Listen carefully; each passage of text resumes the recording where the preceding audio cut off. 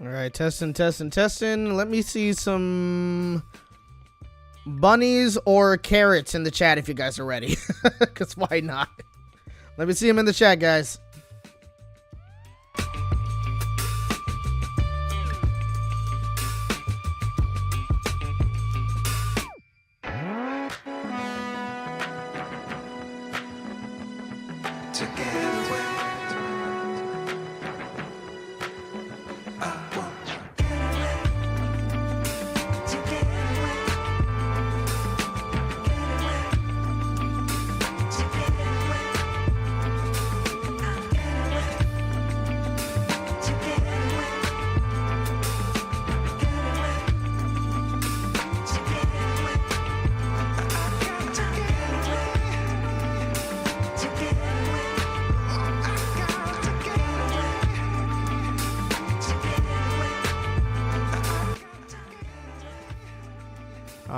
All right. Looks like we are ready.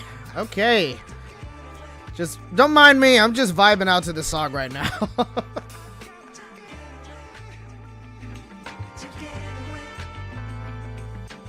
get away. To get away. Oh my God. All right, let's go ahead and get this started.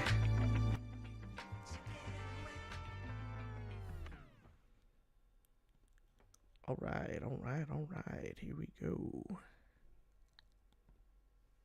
That's the background music. All right, just let me know if the oh yeah, that's new. All right, yeah, let me know if the audio levels are good. You can hear me. You can slightly hear the music in the back. Let me know. Josh got a nice singing voice. Trust me, I've been working on the singing voice for like 20 years. Literally, like, not even kidding. Literally 20 years. 21 years. So, I better have a freaking good voice.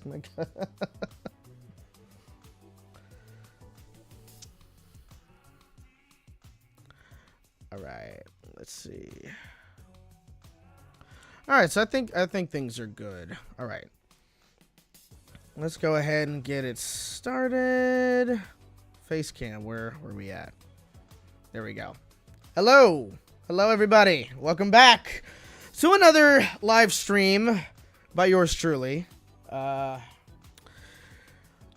can't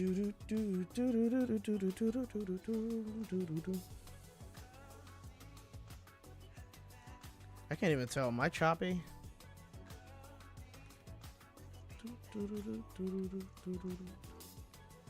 Yeah, I think I'm a little choppy. Hold on, let me see.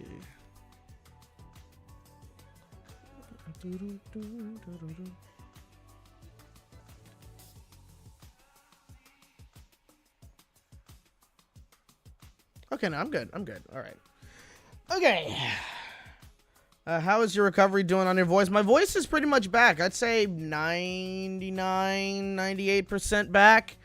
Yeah, I'd say it's pretty much back. So it's good. My voice is not shot anymore like it was last week. So yeah, I'm able to do a live stream a bit longer. All right, the usual time that we tend to be on the stream for a while, and I can do a whole lot more talking and not strain my voice and anything. So, so yeah, so it's all good. It's all good. Real Art, welcome to the stream. Your mom, Kawaii Mason, 2 Mason, Wrigley, Hopelessness, Sonic, and MLP fan. Jalen, the creator, Mache. I know you came in at the very last minute of last week's stream, which sucks, but you're in it now, so that's awesome. Ice Cream Hero. Who else? Virginia Lake. Virginia Lake is in the stream. What's up? I know you asked me just on my Instagram, Virginia, about like how like with D23 Brazil, if there was like anything really new regarding like park panel stuff. No, it was pretty much the same stuff that we had at D23 earlier this year. It was pretty much the same stuff, just I guess a bit more newer details. Like we now know a bit more about like some of the villains that I guess are going to be in Villains Land at Disney World, and so stuff like that. So I didn't really fully pay attention to it. I was not going to wake up at 6:30 in the morning to catch that stream. And Mondo was kind of disappointed at the end of it because he was like, that was it? So, yeah. Trey Needham, Dude, James Dennis. I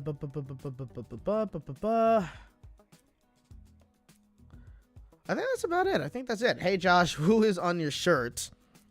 I'm not sure if you saw my shirt, though, but it is Bluey. I'm repping the Bluey shirt. Yeah, let's just show the whole thing. Yeah. It's the shirt from Target, essentially. They got another Bluey shirt from Target, so I gotta get the second one. So, yeah. You guys have no idea how much I wear this shirt. I wear it a lot. I tend to wear it a lot at Disney for whatever reason. But yeah, so so like yeah, but I wear this a lot because I just love Bluey that much. Miraculous Alex, but I'm just gonna say Miraculous. Welcome to the stream because I was kind of like, what? Josh and Gary are twins. Not really. Yeah.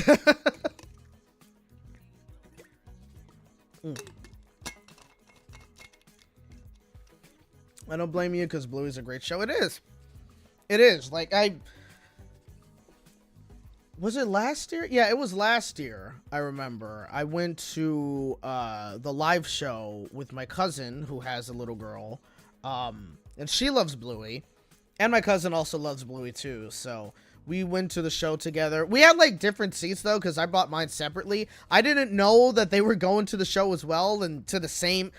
I didn't know that they were going to be attending the show, nor did I think that they were going to be at the exact same showing as, because they had like, I think 2 or 3 shows that day.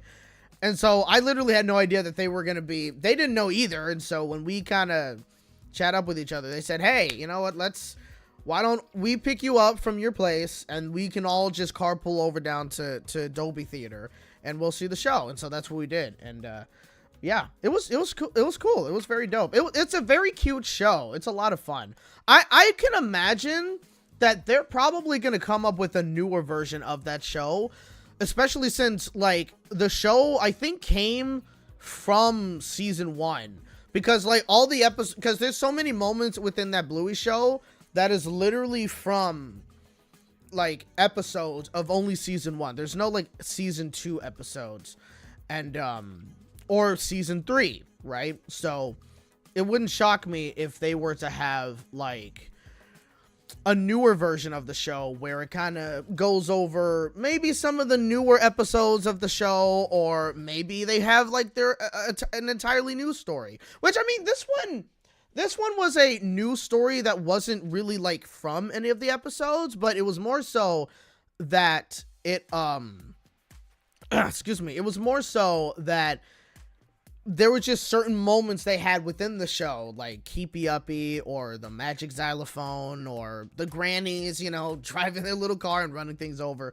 So stuff like that. So that was essentially what the Bluey show kind of like entailed, if anything. So but yeah, but it's a very cute show. Very, very nice. So glad I was able to see it.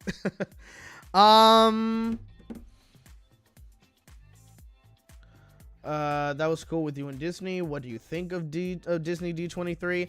I always wanted to go to D23 Expo. Like, ever since I found out about D23, I've always wanted to go. But tickets are so expensive to go to that expo. Say, compared to, like, the LA Comic-Con, which I really wish I was able to go to this year. But I was in San Diego, so I wasn't able to attend LA Comic-Con this year, so I gotta wait for another year, which kind of sucks. But yeah, I wanted to go like maybe either twice or all 3 days, because I just had so much fun last year when I went to Comic-Con. So not San Diego Comic-Con, but you know what I mean, Comic-Con in California, I mean in Los Angeles. So I had a lot of fun doing that, and I wanted to, of course, come back this year, but I couldn't because I was doing the show in San Diego, so I was essentially just like rehearsing, right? But yeah, D23 would be a dream come true for me to go. There was no way that I was going to be able to do it this year either, because I think when they were selling the tickets for it, for one, I was filming my Maggie's Market show that week, and so even then I wouldn't be able to have gotten tickets. But second, I'm not a Disney D23 member, nor am I a gold member or a Visa member, and all of the good stuff that you were able to get with this year's D23 was already gone by the time regular D23 members were even able to get any tickets. Like, if you wanted to see the parks panel or the movie panel that was at Honda Center, you couldn't do it because it was already gone very quickly. And again, the tickets were very expensive for it. So it's like, it just wasn't, it wasn't going to be able to happen for me. And I knew that it wasn't going to happen for me because I didn't want to spend that money anyway. So one of these days, I probably will be able to go to,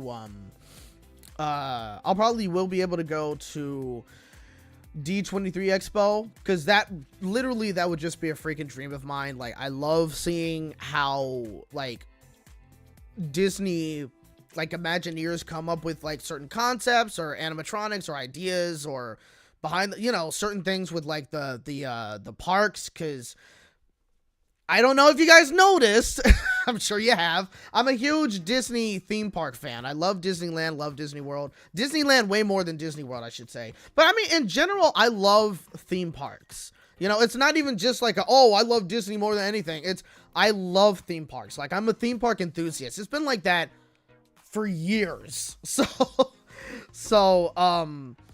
To go to something like that for me would be awesome, you know. Like even if I were to go to a place like IAAPA in Orlando, which is kind of like a theme parks or amusement parks enthusiast dream come true. You get to see like all the new rides that they're either building, or like new roller coaster cars, or like new animatronics for certain rides, or new concepts that some of these companies are coming up with, you know what I mean?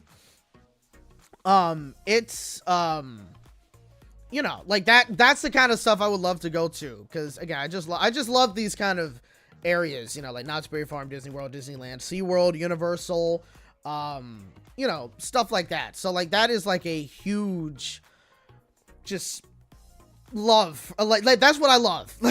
You know what I mean? I love it more than movies and certain other things like that. So yeah, so that's for me, that's something I will 100% geek out about. Okay, I don't really geek out all that much about movies. I don't geek out that much about TV shows, even though I love certain TV shows, certain cartoons and what have you though. But if you want me to be like nerd out or whatever, it's theme parks. That's what it is. But yeah, D23, I would love to do something like that. SJM Hadsock says, I've been to local cons before. Yeah, the local cons I've been to, I mean, I guess you could consider this one to be local. But Anime Expo, that happens every year, like roughly around 4th of July. Kind of, there you go. Subscribe to Josh's other channel, Regular Josh Adventures, new Disneyland vlog. Yeah, that's right. Thanks for reminding me. I did post another vlog on, you know what, actually let me bring that up. Actually,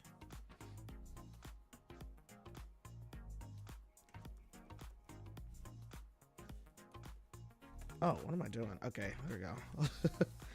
All right. Oh yeah, that's right, I forgot I posted made a post about it. Yeah.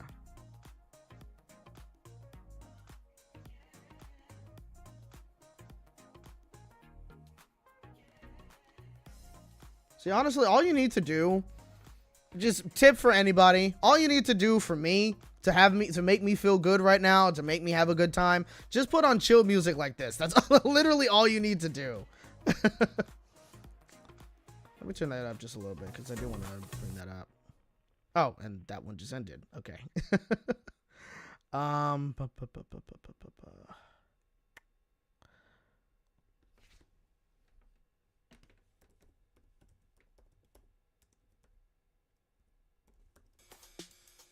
There we go.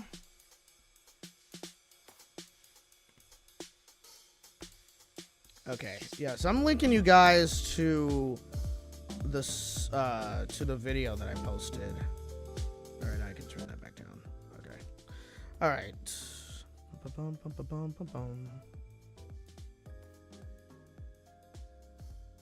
Yeah, there we go.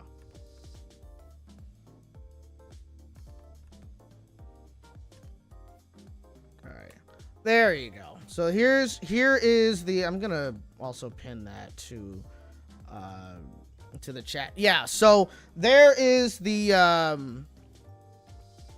did it get, I can't even tell if it pinned or not. No, there it is. Yeah. So there is the link to my other vlog channel, but that is the link to my newest vlog that I just posted 2 days ago. So if you want to check that out, go ahead and again, give it some comments, like it. Hopefully you guys enjoy that kind of stuff. I'm gonna be doing a vlog literally next Friday, or this upcoming Friday, November the 15th, because that's going to be the very first day of the Christmas season at Disneyland, and I'm literally going to be there all day from opening to closing, so I'm going to be filming quite a bit of stuff. I'm thinking about filming 2 videos while I'm there. I'm not sure if I'm going to fully do that, but I'm thinking about doing 2 videos, like 2 separate videos. So, and it might just be 1 video. That I'm not 100% sure on, but that's something that I might possibly do. And yeah, so I'm gonna be basically like filming a lot of stuff over there on next Friday. So I'm excited to go back. I've seen the vlog and it seems so much fun. It sucks that I can't go to Disneyland in real life. I hope you get to someday. It is expensive, especially if you don't live in California. You know, you have to fly over here, get a hotel room, and then, you know, but hopefully it's one of these days you can. Like, I think, you know, like, it's definitely a lot of fun. But you also asked a question earlier. You said, which Disney park do you like better, Disneyland or Walt Disney World? I gotta say Disneyland, purely because it's my home park. You know what I mean? I haven't been to Disney World in a long time, but for me, Disneyland just seems more intimate, if that makes sense, because Disney World obviously is way bigger. A lot of things are more spread out, and like, there's just certain things that we do here at Disneyland in California that they don't do in Disney World. And also, Disney World is way more of a tourist attraction than Disneyland is. I mean, obviously Disneyland is a tourist attraction as well, but you have way more locals, right, that go to Disneyland. And so because of that, there's like, you know, there's, I guess in a way there's kind of like a sense of community at Disneyland. Like, there's plenty of people that I've met at Disneyland, whether I've seen them once and we've had a good conversation, or I've bumped into them multiple times when I'm there. And, you know, so I've made some cool friends over at Disneyland. And so that's awesome. I think you could do that if you were at Disney World too, if you were like a pass holder at Disney World as well, but I think it's just way more possible when you're at Disneyland, because again, it's a locals park, and you know, it's literally like, for me, traffic permitting, it's like 30 minutes to get down there. For a lot of people, it's like 30-40 minutes or whatever. So, you know, it's not that far of a drive from where most of us live. You know, and there's some people who grew up around Disneyland, and some people worked there. I've known a couple of people who worked there as well, so it's a whole thing. And also, as Virginia Lake says, Disneyland is the original, and Walt was there. It's so special. Absolutely, yeah. Unfortunately, Walt did not make it to the opening of, you know, Walt Disney World's park, of course. So, I wonder how different things would have been for that park had he not passed away before then, you know? But yeah, so, yeah, so that's my personal reason as to why I think, Disneyland is better than Disney World, or why I personally like it better than Disney World. So that's my whole thing.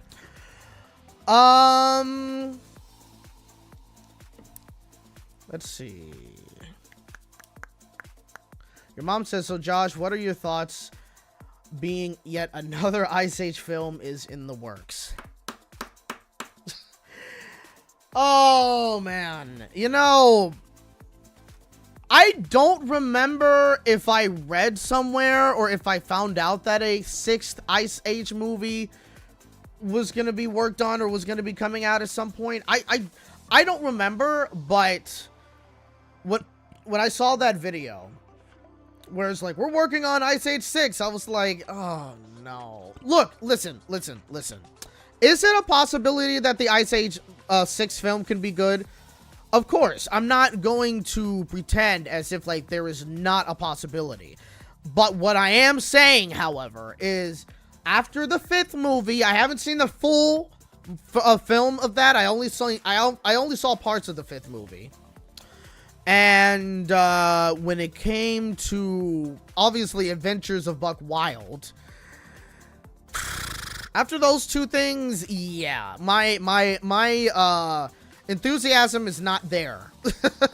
Like, in my personal opinion, man, like, I don't know if I can really believe that a 6th Ice Age movie is going to be good. After those 2 films, no.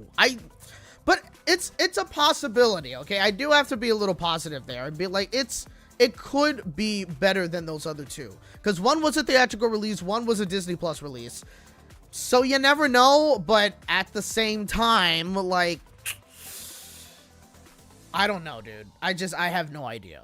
This will be the first theatrical Ice Age film that was not produced by Blue Sky Studios. And so I guess it's going to be interesting to see what Disney decides to do. I don't know, but you know, honestly though, like, should it really shock any of us that we're getting a 6th movie of the Ice Age?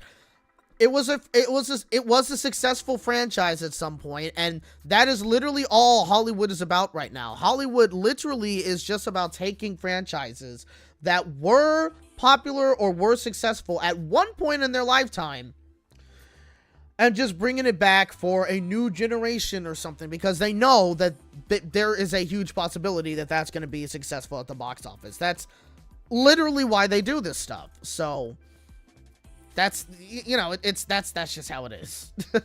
I mean, success equals milk to death. Unsuccessful equals ignore it. LMAO. Yeah, that's unfortunately just how it is. You know, it's like SpongeBob, right? Like, people constantly keep saying, oh, SpongeBob needs to end. They need to end it, blah, blah, blah. And it's like, unless it starts dropping drastically in ratings and views, it ain't gonna happen.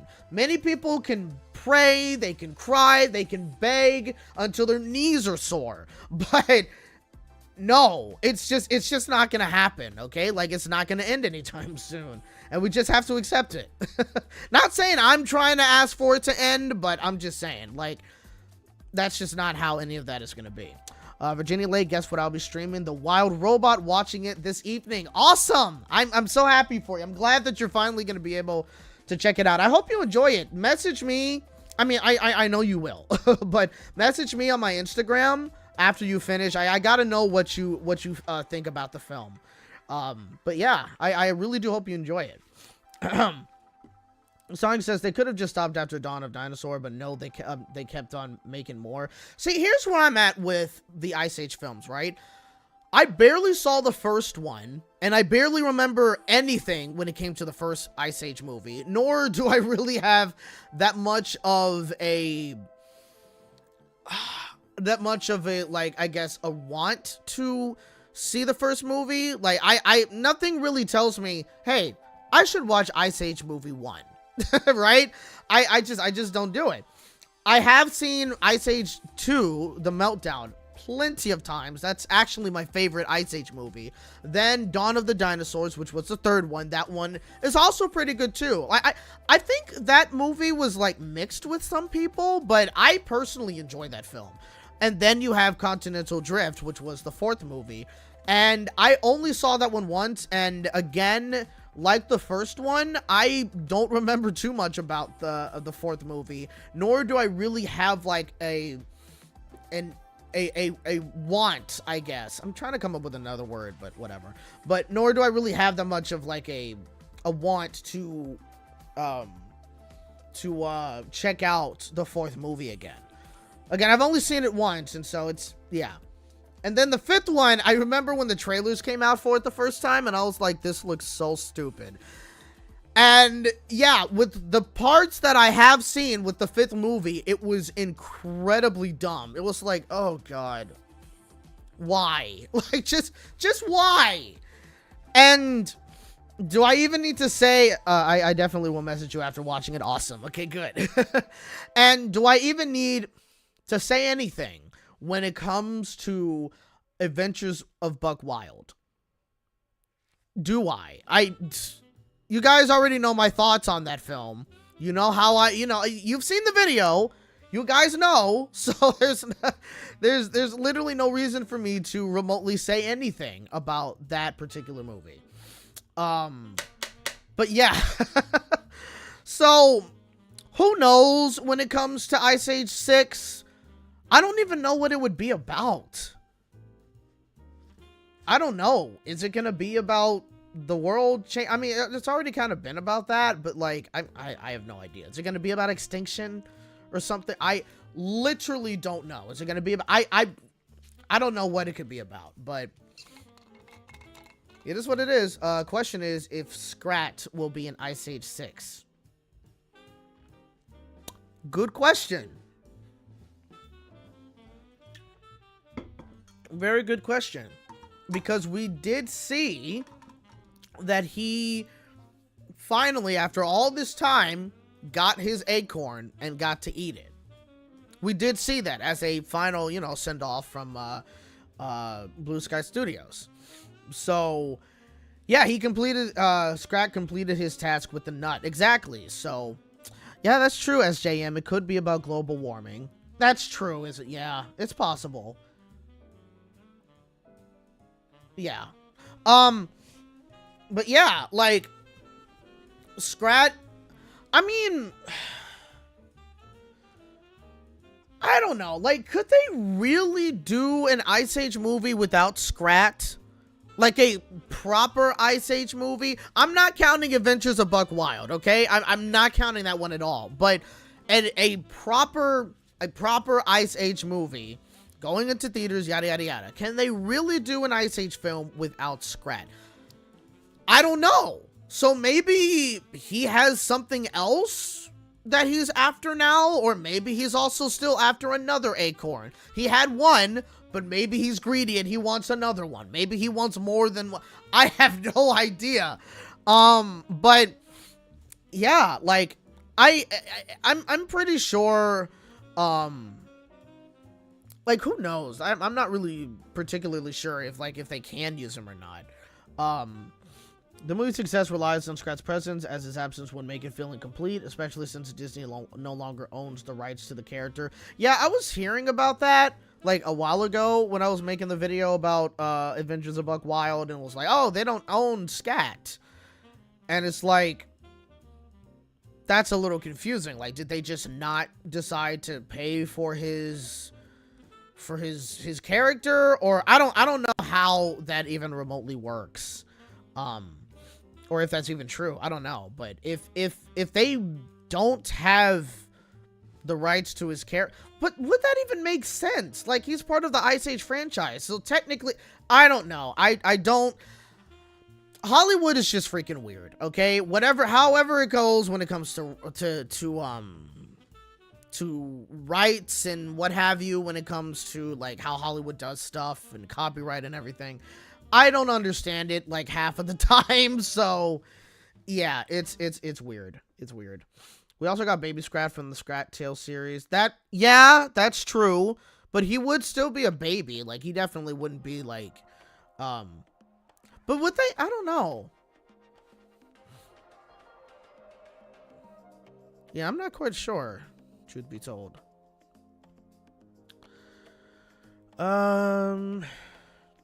That's Hollywood. What about Powerpuff Girls live action? Powerpuff Girls live action is dead. That's gone. All right, like that. They scrapped that sometime last year, I think.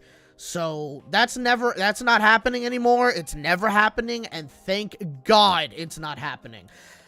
If you haven't seen my live stream read of most of the pilot script, then you probably you don't necessarily know why it's a good thing that it's not happening. Okay, it was so tough to read that, and oh my God. It was fun though. It was fun to read it with chat, but good Lord, it's like, thank God that is never, ever, ever going to happen. It was just garbage. Now, when it comes to Powerpuff Girls, we don't know if a revival series is going to happen, or at the very least, we don't know. Like, it's in development right now, but I don't think it has fully been greenlit. They didn't talk about it at all when it came to the Annecy Animation Festival, or Annecy Festival or something. Because they did announce some of the other stuff, like the Foster's Home for Imaginary Friends preschool show. They announced certain Adventure Time projects and regular show projects, and of course the Amazing With a Gumball season 7 returning at some point. But in terms of the Powerpuff Girls, they didn't say anything about that. So we don't know if we fully are going to get a Powerpuff Girls revival and if it's going to be coming to Cartoon Network. We could get that news at any time. We don't know, but it just really depends at this point. So yeah. Streaming is just cable 2.0, if not a bit worse. Yeah, it is. Like, what I like about cable is that, I mean, it's expensive, obviously, but the thing with cable is that you get most of what you want in terms of, like, content from different companies, like, say, content from Warner Brothers, or content from, almost said Viacom, but Paramount, or content from Disney, or content from, you know, stuff like that, right? NBC and all those channels, like Universal channels and all that stuff. You tend to get a majority of that in some sort of TV package, right? Whereas with streaming, like, if you want Disney Plus stuff, you got to go to Disney Plus. But also, if you want to see some Netflix stuff, you got to get Netflix. If you want Warner Brothers stuff, you got to get Max. You want Universal stuff sometimes, you got to get Peacock. You got Amazon Prime. You got Apple TV. You got Chick-fil-A now. Chick-fil-A has their own streaming service. What? Who? How? How did that even come up into any conversation? How did anybody within that company say, you know what Chick-fil-A needs? We need our own streaming service. How did that even happen? Like, what? So, you have all of these crazy, yeah, that's a free streaming service. Okay, it's a free streaming service. Okay, at least there's that, though. But even then, still, you have all these streaming services. And at the end of the day, that all eventually adds up, right? Like, nobody just has only one streaming service. No one only just has Disney Plus, or just has Peacock, or just has Paramount Plus, or just has Amazon Prime. Nobody has only one streaming service, you know? So, you know, like, that, unfortunately, when it comes to that, it's like, streaming technically is cable 2.0. It's just that there were a lot of issues with it because streaming has not been very profitable for a majority of the companies for a long time. For Netflix, it has been because they've been doing it for so long, but for Paramount, for Disney, specifically those two, and Max, you know, Warner Brothers Discovery, it's been a pretty bad, you know, it hasn't really been great for them. They've lost a lot of money because of these streaming services. So that's why they're doing all of these, like, cutbacks, unfortunately. It's why they're doing a lot of these bundles. Hopefully, if that works for them in the long run. Which is crazy to think about the fact that they're doing bundles now. It's like, literally, that's what television is, you know? Just a bundle of all these channels that you have with certain TV providers, and you get access to a lot of this content, you know? So it's like, yeah, it's, you know, so I don't know what else to really say when it comes to that, though. But yeah, like, I mean, obviously, I'm not somebody that hates streaming. I'm not hating on streaming or anything. I do have, like, a couple of those, streaming services myself, but, you know, it's kind of weird, at least to me. I like their chicken, but the idea of them making their own streaming service is just plain ridiculous. Again, I literally don't, I don't know how that even came about. Like, how did they come up with that idea and say, we need to create our own shows, or start broadcasting some shows and doing whatever? Like, are we going to start having a McDonald's streaming service? Is Chipotle going to have their own streaming service? Like, I don't get it, man. I don't get it. I thought that you wanted to go on hiatus. Will you just be live streaming and stuff? That's the question for me. I am still on a hiatus. I don't know when I'm going to make another video on this channel. I don't know when I'm going to go back to making videos on this channel. It could be before the end of the year, and then it might not be until next year. I really have no idea. It just really, it depends on a lot of things. But I did mention when I was doing, when I did that video talking about me being on hiatus that I will eventually be coming back to doing live streams.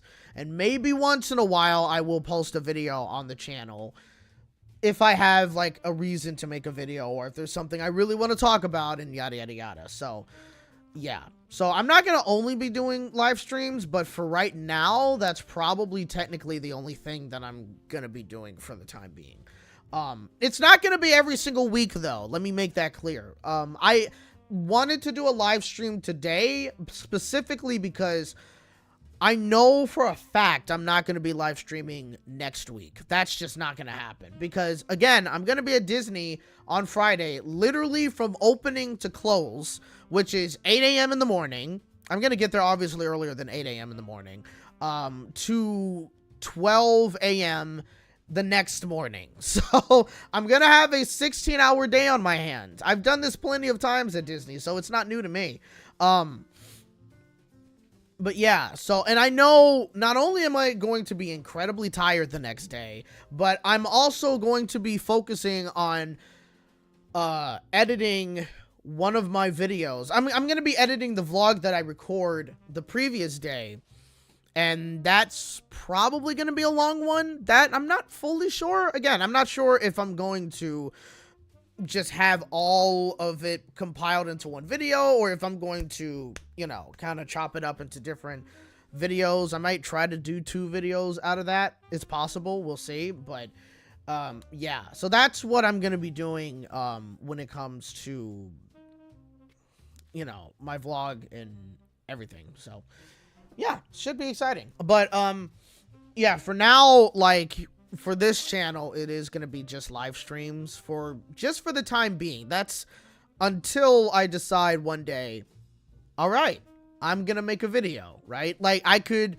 I'll probably message Alex at some point and be like, hey, I'm thinking about making a video. Are you going to be available to edit? And if he's available, then that's when we'll make a plan. I'll do a script. I'll send it over to him, and then he'll make the time to edit and blah, blah, blah. You know, all that stuff that goes into making these videos. And again, to reiterate, the reason why I'm doing a lot of the vlogs more often than, say, these videos is because the vlogs are just easier to make. I still have Alex helping me out a little bit, like, say, with the thumbnail. There he is in the chat saying yes, basically confirming, yeah. But the reason, like, he helps me out with the thumbnails when it comes to my vlog channels, because I cannot make a decent thumbnail if I tried. I've tried so many times to make a decent thumbnail, and I just can't do it, okay? Even some of the simple ones that, like, Gary creates, right? I just creatively can't do that. I have creatives in other areas in terms of, like, how I can come up with stuff.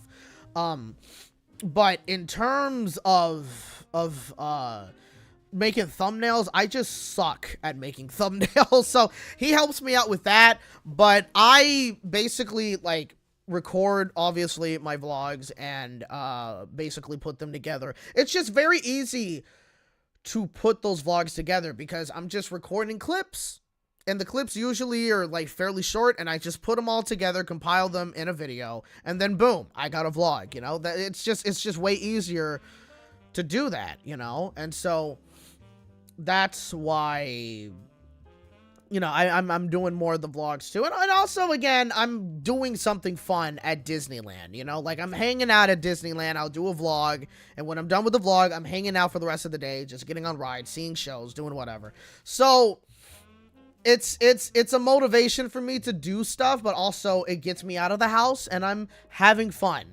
You know what I mean? That's how it is. So yeah. So yeah, that, just wanted to give you guys an explanation, because I'm sure some of you guys have probably been wondering. I've been posting, that's cool that you are having fun at Disneyland. Oh yeah, Disneyland's awesome. There's no way that I can't have fun unless it's way too crowded. And there's been, like, days where it's been hellishly crowded to where I'm like, oh my gosh, I don't think I can do anything. I may have to leave early, whatever, I don't know. But yeah, it's been, you know, for the most part, it's been great. It's been a lot of fun at Disney. But yeah, again, I'm sure some of you guys were wondering. Got jazzy music playing in the back. That's funny. But yeah, but I'm sure some of you guys probably were wondering for a bit why I was posting so many like of my vlog videos on like community notes here, or not community, but community posts, and probably were wondering, well, he's making all these videos, but why is he not making videos for here? And it's like, you know, again, it's just a bit easier to put out content there. I would have done it here, obviously, but at the same time, you guys subscribe to this channel for talk about animation, talk about shows and TV shows. I don't want to, you know, switch the content and be like, hey guys, I don't talk about cartoons anymore, or I'm talking about cartoons still, but now I'm at Disneyland. You know what I mean? Like, because I've also tried to kind of change the content on this channel a couple of times, whether it is that I start doing vlogs, which I did once before, or I talk about certain other things, or I do Reddit videos or whatever. And while those were fun to make, those, you know, didn't do very well on the channel. So it's like, I gotta talk about animation stuff. And I'm not saying this in the sense of, oh, you know, I'm stuck making animation videos, I don't want to do it anymore, but that's what they watch. It's like, that's not, that's not, trust me, that's not me at all, okay? Because if that was the case, I would still be making Cartoon Network schedule videos now.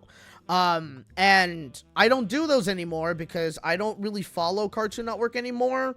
And I know the schedule has changed a lot recently and yada, yada, yada, but it's just not something that I'm into doing anymore. And again, I don't follow anything when it comes to Cartoon Network nowadays. So, because I just, truth be told, I don't really care about the channel anymore. It's gotten so bad that it's like, I'm not even going to pay attention. I watch more Nickelodeon and Disney Channel nowadays. And also more Twitch.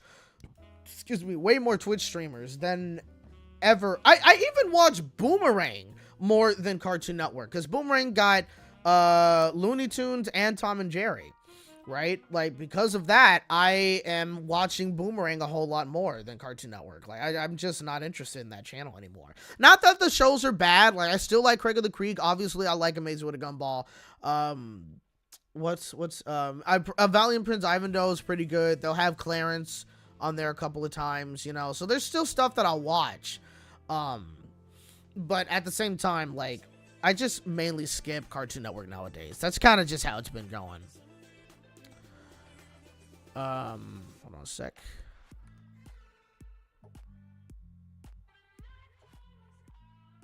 Okay.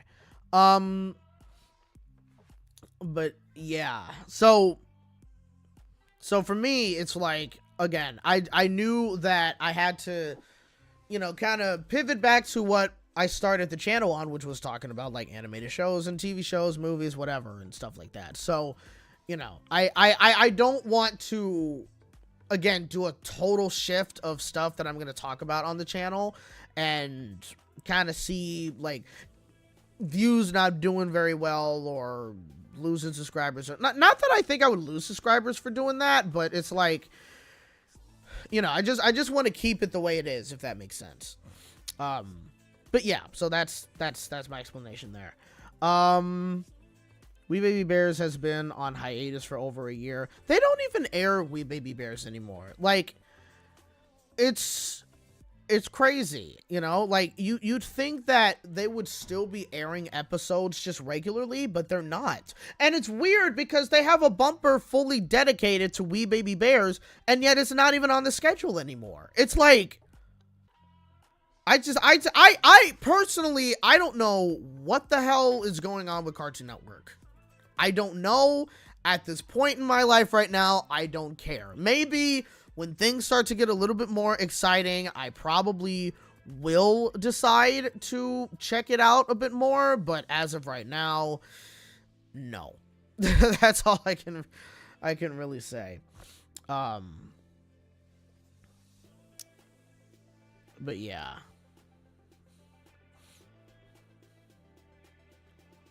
Nick ain't that bad on original content. No, they're not. I mean, obviously we got a couple of spin-offs from SpongeBob and Loud House as well, but we do have Max and the Midnights, I think. I still haven't checked out the first 2 episodes just yet, but that may be something I actually do either tonight or tomorrow. I don't know, but that may be something I decide to do at some point. But that does seem like a very interesting show to watch. I would like to check that one out. And you also got Rock, Paper, Scissors. Rock, Paper, Scissors which is going to be having some new episodes airing sometime next week, and I'm excited to check those out. I'm shocked at how much, got so many cables around here. It's kind of, yeah, but I'm shocked just like how much I'm enjoying the show. Because again, I remember at first when it came to Rock, Paper, Scissors, when I saw it, I was like, oh god, this looks stupid. There's no way this is gonna be a good show. Why even remotely check it out? And then the first episode I ended up seeing was the one about farts, and it's like, it's one of those shows. And so I was already kind of turned off by it, but I guess like one of the episodes just like aired on TV, and I think I was like playing it in the background, and when I was watching it, I was kind of like, oh, actually, no, this is interesting. Okay, no, this is kind of funny. Okay, you know what? Let me start watching a bit more episodes that they aired. Okay, I like this show. You know what I mean? That's kind of how it happened. So, yeah, like, excuse me. It's like, yeah, but you know, it shocked me that it was as good as it was, you know, or as good as it is. So, I'm definitely going to be checking it out. I think they renewed it for a second season, right? Didn't they renew it for a second season? KIF season 2 will premiere sometime next year in 2025. Why in 2025? They should be premiering it this year. But I mean, well, it is. We're almost into 2025. We have this month and we have December. Damn, I can't believe we're already at the end of the year. That's crazy. That is so crazy. Let me... Yeah, rock, paper, scissors.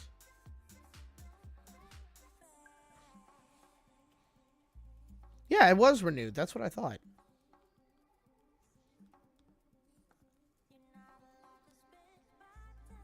Right? I think, yeah. I think it was renewed.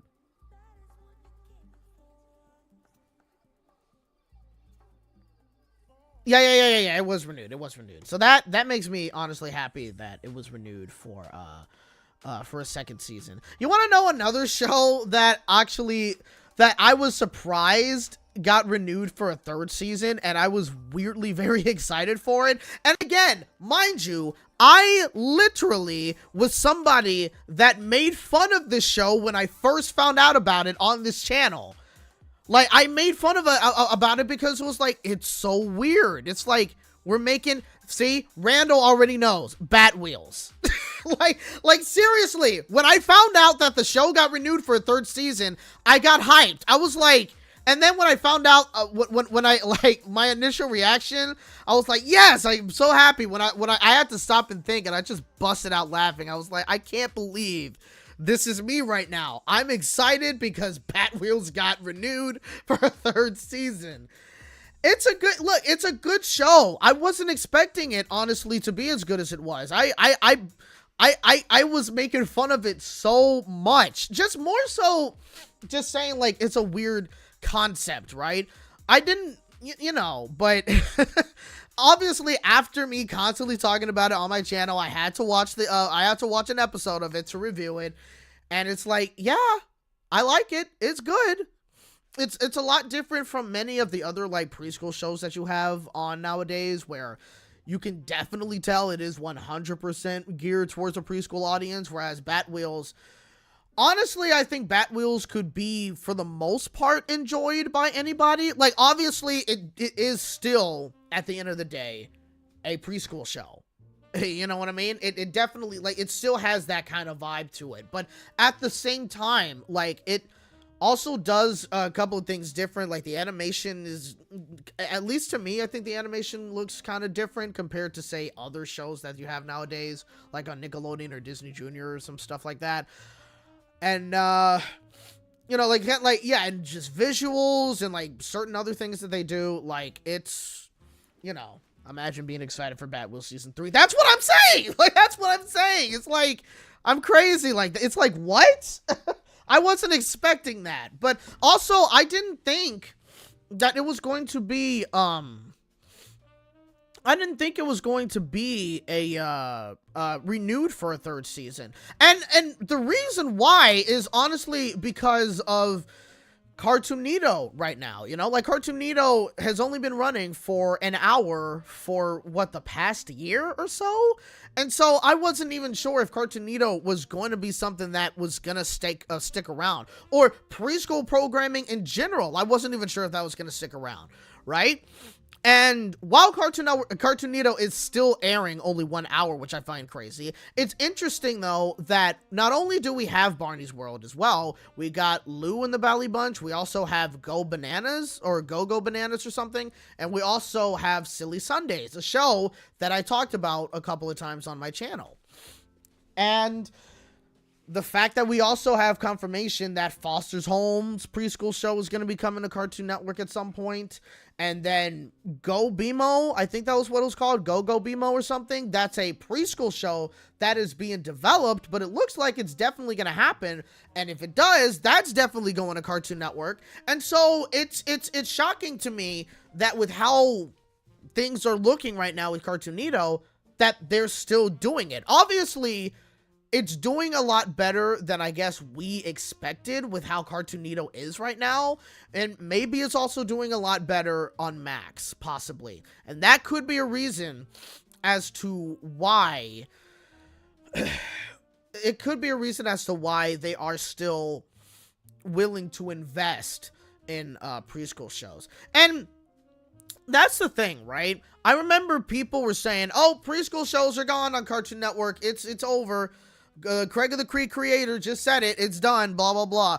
I think what he meant to say was that Cartoon Network Studios, not the entirety of Cartoon Network as a channel, as a company, or whatever, but Cartoon Network Studios was no longer interested in doing preschool programming. As we see, because Lucas the Spider would Lucas the Spider technically be considered a Cartoon Network studio? I don't think so. Either way, that show was over within a season, which sucks. I thought that show was very cute. I wanted it to continue, you know? So it's sad that Lucas the Spider no longer airs anymore. I mean, it's still on like Netflix and Max, I think, but I wish it had like another season. But but yeah, like it kind of sucks it ended that way, but it is what it is.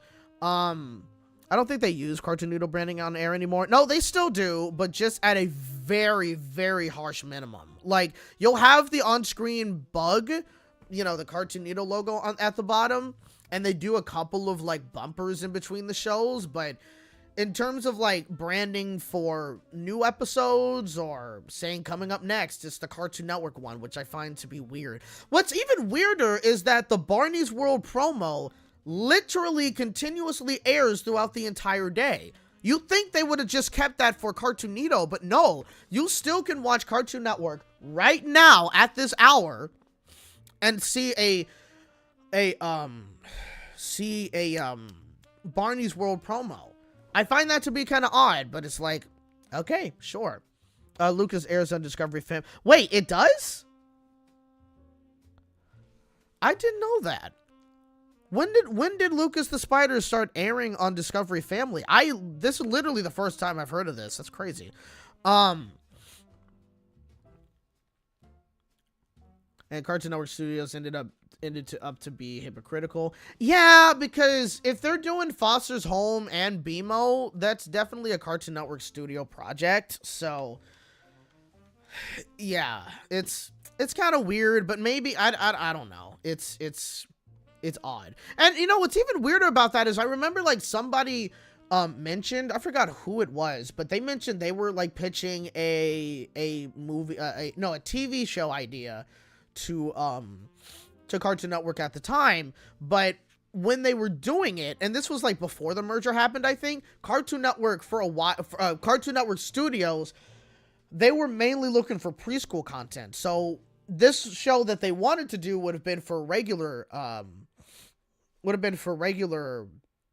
Cartoon Network, but what they were really looking for the most part were preschool content, so their show ended up getting turned down, which was stupid. I think they should have kept it and still look for preschool stuff and whatever, but yeah, it was a very weird situation. I really kind of wish that, like, we could have never seen this merger happen, and what would Cartoon Network have looked like if Tom Ashcombe was still at the helm of it, you know? Like, I know some people were probably like, well, Tom Ashcombe would have ruined Cartoon Network because he was going to bring live action back to Cartoon Network, even though that wasn't true, because the live action shows he was going to bring was going to be for HBO Max, not Cartoon Network. Now, maybe they would have decided to air it on Cartoon Network at some point, but from what my understanding was that those shows were for HBO Max, not Cartoon Network.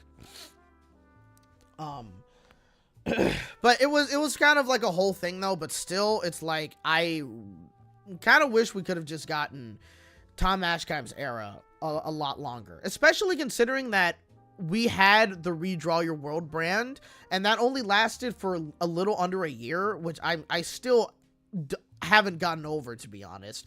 And the current look of Cartoon Network, which we call it the pastel era, is just so bland. Like, you saw it the first year, or like the first month or so, and it's like, okay, it's kind of cool-ish, you know, it's fun. But when you see it now, it's just the same thing over and over and over and over again. And it's like, okay, sure. Like, it's, you know, it's a whole thing. Like, I have so many gripes when it comes to Cartoon Network. You guys have no idea. I really do hope that Cartoon Network gets better at some point, but I am holding my breath on that. Or I'm not holding my breath on that necessarily, because pastel makes it look like a preschool channel. It kind of does. I can see that. Oh yeah, Iyanu is still happening. Yeah, I saw like the it was released what, 2 weeks ago, because that was when New York had their Comic-Con, I think. Was it 2 weeks or 3 weeks ago? They released like a 2-minute clip of Iyanu, and it looks kind of cool. I'll be honest, I'm not exactly the biggest fan of the animation, because I think like the animation's kind of off. You know, like, at least to me, it looks kind of off. Like, it doesn't look necessarily perfect in certain shots. So, but either way, it does look interesting. That may be something that I check out. My question, however, is it still going to be on Cartoon Network? I don't know. There is a huge part of me that believes, even though they're saying it's going to go to Cartoon Network, there is a big part of me that believes it's not going to be on Cartoon Network anymore, and it's going to be moved to Adult Swim. That kind of show, with how they did it with My Adventures of Superman, or Unicorn Warriors Eternal, and most recently Invincible Fight Girl, I don't know if I can really believe a show like this, Iyanu, is going to stay on Cartoon Network. I have a hard time believing that one. So I don't really know. We'll see, but I really, really, really have a hard time believing it's going to be on Cartoon Network. Color me shocked if it happens, but I don't really believe it, to be honest. They've just been moving so many shows from Cartoon Network to Adult Swim, so yeah. That's why I'm like very skeptical of it going to Cartoon Network. Kevin from the Roundtable said a while ago that over the years it seems like Cartoon Network ruined its image because they're appealing less edgy and more kiddie. Yeah, I mean, which is kind of fine. It's just, I do wish they kept that edge that they had, because, I mean, because obviously the certain shows that they did have over the years, like, most of them were still really good, right? But yeah, like, I do think, excuse me, I do think that they should have continued doing some sort of action kind of shows, because people have been asking for it for a very long time. And so it's surprising that, I mean, they were working on wanting to bring some more action type of shows to Cartoon Network before the merger happened. They were also working on possibly bringing some anime style content to Cartoon Network before the merger happened, you know? So they kind of wanted to go back to their roots in a way. That's what Tom Ashkine was going to do. But they kind of just kept it the way that it currently is right now, which, again, in certain scenarios is kind of fine, but at the same time, I think it would have been better to have, excuse me, it would have been better to essentially have, like, you know, two separate, like, you know, to have them have, like, the shows that they currently have now, but also just add like some of the action shows or something. I mean, because the way they used to do it was they had like different types of shows that they had different blocks almost every day during the week. You know, you had like more, you had like the comedy Thursdays, or it was moved to Mondays at some point. Your favorite shows on Fridays. They also had like action shows on Thursdays, like later on. They had like a DC Nation block as well.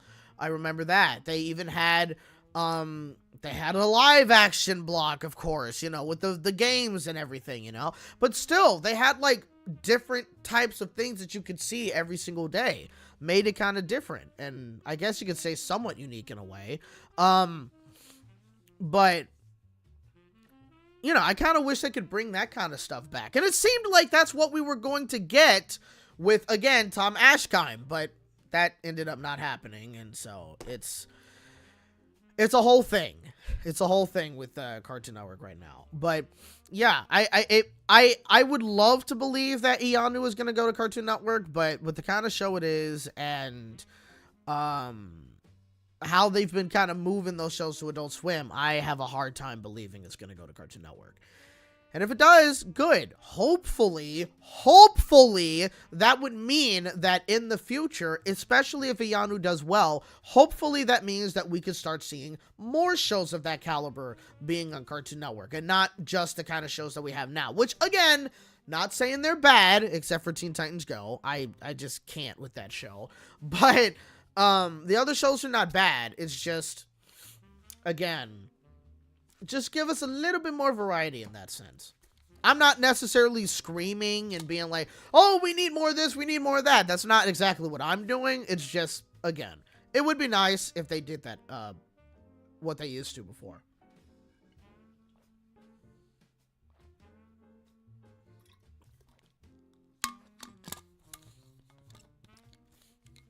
Yeah, that's weird. Why did it go to... It went to jazz for some reason. I like jazz, but I don't know if that's necessarily the vibe I want to go with here. Let's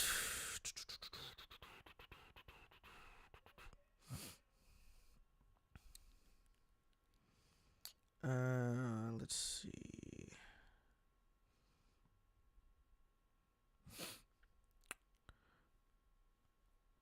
Oh, there it is.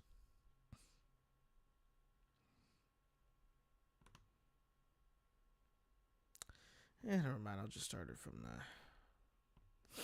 I'll just do that. Okay.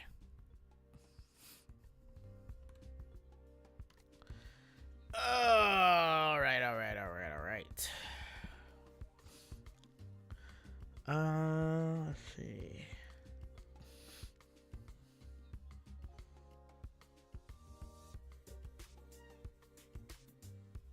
What are your thoughts on the day the Earth blew up being released theatrically in the U.S. next year? Do you still have hope for the movie when it comes out? I haven't been able to see a lot from that film, to be honest. I haven't been able to check it out, though, but from what I have seen, it looks like it's going to be a really great film. I'm definitely going to check that out when it comes to the movies. At this point, especially after everything that's been going on with Coyote versus Acme and how that situation was handled, we definitely need to support that movie in the theater. So I'm 100% gonna go see it in the movies, and it's I'm sure it's gonna be a good one.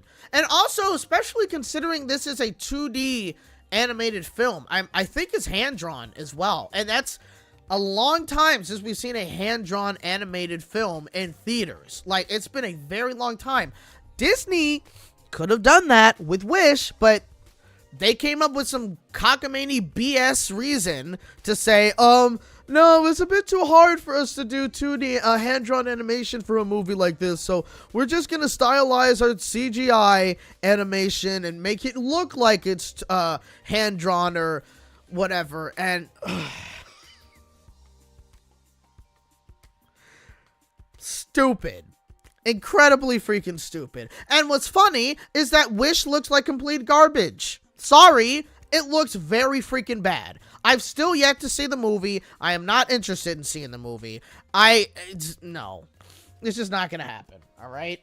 That's the most that I can say when it comes to Wish. They want to be Spider-Verse so bad, bro. Yeah, that's what it seems like. I mean, DreamWorks does a very good job at doing those type of movies as well. I don't think Disney just has that handled yet. Gary the editor, 5 out of 10 for Wish for me. As somebody who listens to a lot of music and especially listens to a lot of like Broadway songs and what have you, at least it ain't Marmaduke 2022. Yeah, that's true. Marmaduke is absolutely a freaking 0. It's awful. I'm gonna keep that one because I want to talk about that for a second. But yeah, as somebody who listens to a lot of those kind of songs and what have you, listening to some of the lyrics when it came to the songs in Wish is just mind-boggling. I don't understand how they went from doing like Broadway style musical songs in a lot of their films, using a lot of people that tend to do Broadway music, and then they go with people that do pop songs for the movie Wish, and it's like, what? And some of those lyrics, the biggest lyric that irks me because it's so stupid. You're a star. Watch out, world, here I are. What? Watch out, world, or look out, world, here I are. Are you freaking... No. Go screw yourself with that one. Like, sorry, but that's awful. Because no one talks like that. Look out, watch out, world, here I are. Like, ugh. They should have said, look out, world, here you are, or something. I don't know, but... Christ, it's so stupid. Absolutely stupid. Yeah, put it in timeout. There you go. All right, no spam in the comments, please. No spam. You will be timed out. And if you continue spamming, I will unfortunately have to hide you from the chat. Okay. Now, Silver Star says Warner Brothers Discovery what? Okay. It's just not playing automatically anymore. All right. Warner Brothers tried shopping Coyote versus Acme around, but their asking price was too high, so it got shelved. You know, that's the thing that is hilarious. They were willing to shelve the movie only for like $40 million. Right? Or $30 million, something like that, for tax purposes and everything. And the movie cost them like, I think it cost them like what, 70 million, 80 something million dollars. And movie studios were like, nah, we want the film. Okay, guys, we want the film. Don't put it up for whatever. Just let us have it. And then they decided, okay, we're going to sell it to you for $85 million. And then everyone said, nope, we're not going to do it. Which is kind of stupid, but it's like, you guys literally were fine with the movie being written off for $30 million. And so now you want the full price? Stupid. But also, the one thing I can understand is that they were like, well, wouldn't it be a little confusing that we have another company take one of our films and Looney Tunes is our brand? So to have Looney Tunes on Amazon, or to have Looney Tunes on Netflix, or to have it on Paramount, wouldn't that be a little weird, or something like that? And it's like, yeah, true, but it's still like, they clearly were showing that they were interested in the film, and for whatever reason you guys weren't. Like, they wanted to take that film so they could air it on their own streaming service or what have you, and you guys still were like, yeah, no, we're not going to sell it. It's like, you guys were just messing around with us, and it's like, okay, it just sucks. I don't know what else to say in that regard, but it's dumb. I'm gonna be right back very quickly. Just gonna use the bathroom very quickly. So just take a little bit of a break, and yeah, so don't go anywhere. I'll be right back.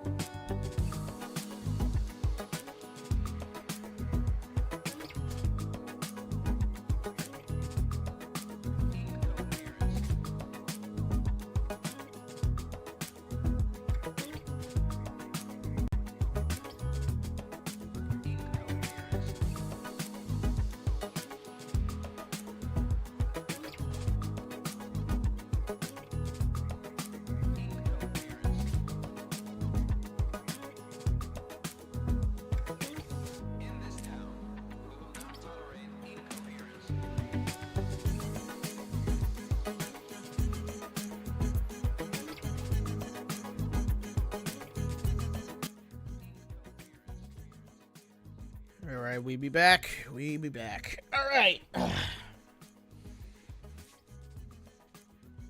let me bring up the chat again. There we go.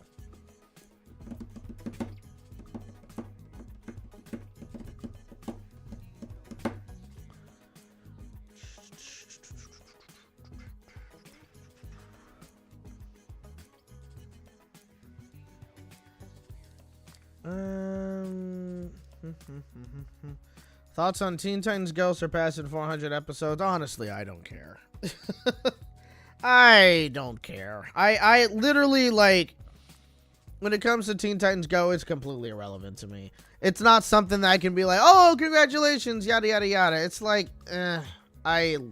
it's like, whoopity-doo. That's all I can say, you know?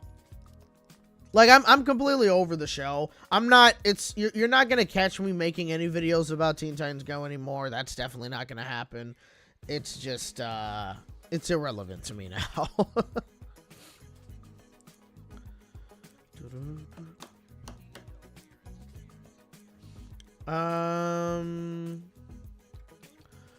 What's next? Are they going to cancel Tom and Jerry projects? I don't think there's even any Tom and Jerry projects that are, like, currently in the works or any that's like coming up at any point. I don't know.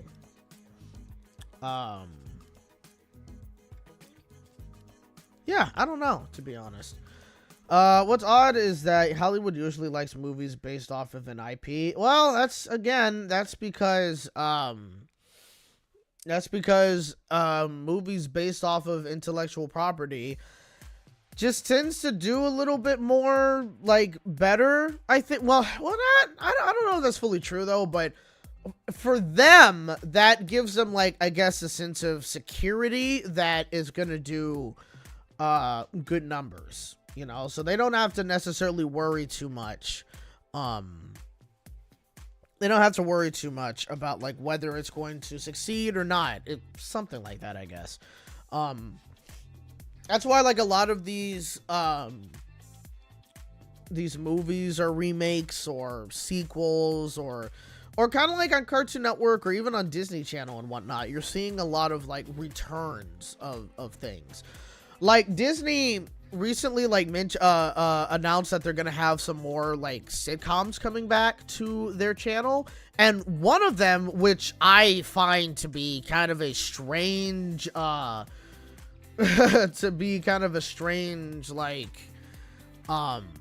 thing. Virginia Lakes is not even my preschoolers speak that way. I'm guessing you're talking about in terms of the excuse me, in terms of the lyric from Wish, "Watch out world, here I are." Yeah, they they don't speak like that. Such a dumb lyric. But yeah, but going back to it, they announced that they're doing a show based off of the preschool series Vampirina. You guys may or may not remember that show, but it was a show on it was a show on Disney Junior, and basically it was a vampire and her vampire family living in the human world, moving from Transylvania, and basically just kind of blending in with the regular humans of this world. And you had one guy that was suspicious of her being a monster, or he was somebody that, like, always tried finding monsters and what have you. And of course she had to hide the fact that she was a vampire from him so she doesn't get exposed and blah blah blah and all that stuff. So yeah, that show came out, like, I think, what was it, 2016? Was it later than that? I don't remember. But now they're doing a live action sitcom style show based off of Vampirina, and it's like, huh? Like for me, I look at that and I'm like, I'm not really sure if that's, how is that gonna work? I'm not really sure. I mean, I guess it could, but I don't know. It's like, is she gonna still have, like, that bluish purple hue on her skin? Are you gonna have her be looking like that all the time? Are you gonna have a lot of monsters in the show? Like, or is it just, I don't know. I'm not really sure, to be incredibly honest with you. It's gonna be interesting. I mean, because the original show in general was very interesting. But again, as a live action, I mean, obviously they're going to age up the characters. Like, I don't know if they're gonna start off in middle school or if they're gonna start off in high school. Vampirina in the original show was like an elementary school kid, or elementary school aged kid. Well, technically for a vampire, she was like 100-something years old, but like 100-something in equivalent to being an 8-year-old or a 7-year-old or whatever. I don't know what the ages were in the show, but you know how vampires are. Like, you have Mavis from Hotel Transylvania. She's 18, the equivalent of 18, but she's 118 years old in vampire. You know what I mean? So it's that whole thing.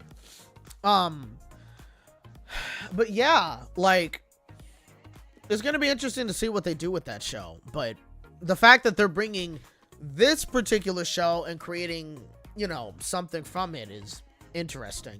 You know, it's kind of like the new Wizards of Waverly Place show. They decided to bring that back and do a newer show based off Wizards of Waverly Place. They even did it with Raven's Home, obviously, bringing back That's So Raven characters and doing a new spin on that.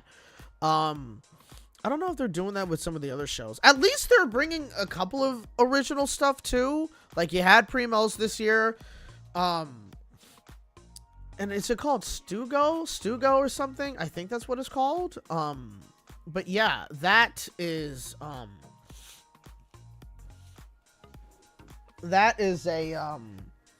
show that was supposed to come out this year, but they it was delayed to next year, which is interesting. So that's going to be coming out next year. And I think there's been a couple of other animated shows that was announced, I believe. So, yeah, not fully sure, but I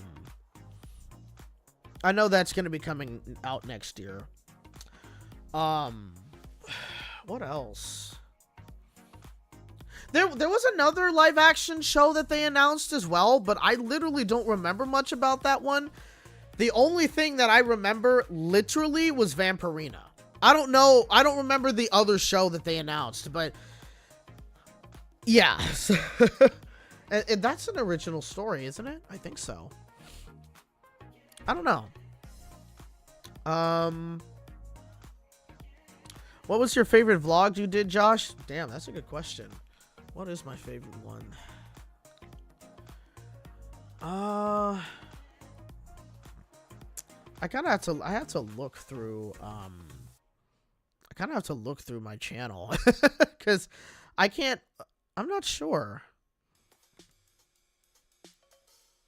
Oh shoot, when did I reach 355 subs?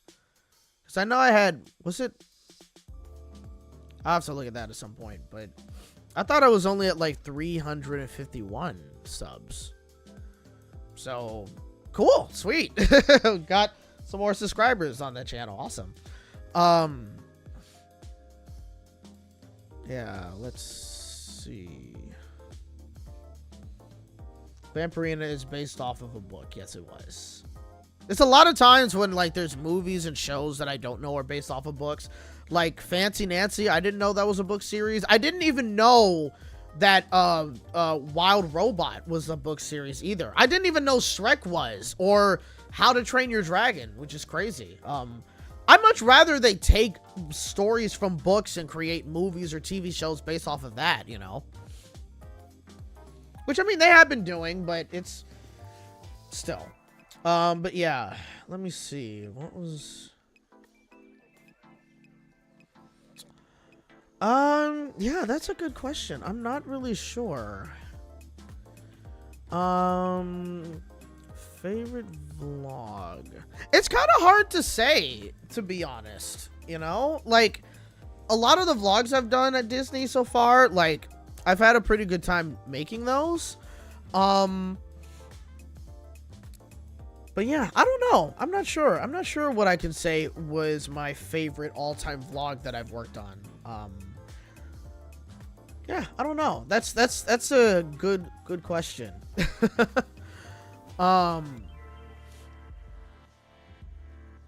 The Bad Guys was also based on a book series too. Yeah, that's right. Yeah. Again, there's so much that I don't remember. Or I didn't know was based off of a book series. It's crazy. I don't remember much from Vampirina, but it seemed like it was a cute show. Yeah, it was. Yeah, you know, it was a fairly cute show. It definitely wasn't like one of my favorites. It's crazy that I'm even saying that, but still. But yeah, it wasn't like considered one of my like all-time favorites or whatever. It's no Bluey, of course. I mean, it came out before Bluey anyway, but still, you get what I'm saying. But yeah, for what it was definitely a cute show. And of course, Wanda Sykes was in it, so that made the show very interesting, because you know how Wanda Sykes is, you know? And the only time I didn't fully recognize Wanda Sykes was when she was in that Saving Bikini Bottom movie. I don't want to even talk about that movie. Like, literally, I don't even want to really talk about it. It's garbage. That's all you need to know. I would show you guys video, because when me and Alex were talking with each other and I was telling him like how bad this movie was, I think I started sending him like reactionary clips of myself just reacting to even Scaredy Squirrel was based on a book. Wow, I wouldn't even know that because I barely know much about Scaredy Squirrel, but that's interesting. But oh yeah, there's way too many like cables here. Like a cable for the headphones, for the computer, obviously, and they get tangled up and it's whatever. But yeah, like me and Alex, when we would talk, like I was sending him video clips on Messenger of me just reacting to it was kind of like, you guys may remember when I did what was the name of that movie? What was the name of that movie? It was...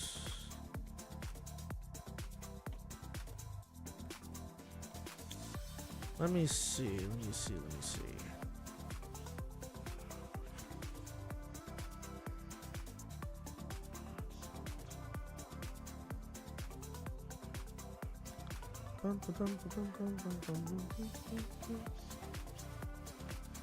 Dang, how long ago did I make that? Oh, it was a year ago? The hell? Okay, then I guess it was a year ago. That's how much I've barely been making videos. That's crazy. Anyway, yeah, The Adventures of Panda Warrior. Yeah, I did the same thing. Because I watched that one first, and then I watched the SpongeBob movie, and I think that's how I did it. And yeah, that video, as you saw, if you did see it, was basically just a compilation of my reactions to that particular video. That's what I did with the Saving Bikini Bottom movie. Not the whole thing, but like halfway through it. And I would have made that into a video, but I don't know where like all of that footage is. I mean, actually, I think I have some of that footage. I'm not sure, but at the time I was like, I don't know if I necessarily want to make that one into a video. I could, but at the same, again, I don't know. But also, here's a reason why I didn't particularly make a review of that movie. The reason why I didn't was because when I saw the film before it came out, right, I don't really remember much of anything. Or I remember certain parts of the movie, but I didn't remember a lot of stuff when it came to that movie. And because of that, I was not willing to sit through that movie again. There was no way I wanted to watch that movie again just so I can make a review. I said, I ain't doing it. I ain't doing it. I wish I wrote a script earlier before the movie came out just so I could have had it all in my mind at the time. But yeah, like I was like, I'm not watching this movie again. Like because I saw some people were like posting clips of the film on Twitter, and when I watched a couple of those clips, I was like, yeah, I'm not watching this again. Like, it's like, I'm not going through it again, man. It's like, no. So yeah, so that just wasn't it just wasn't in the cards for me to do, which is fine. I don't want to watch that movie again.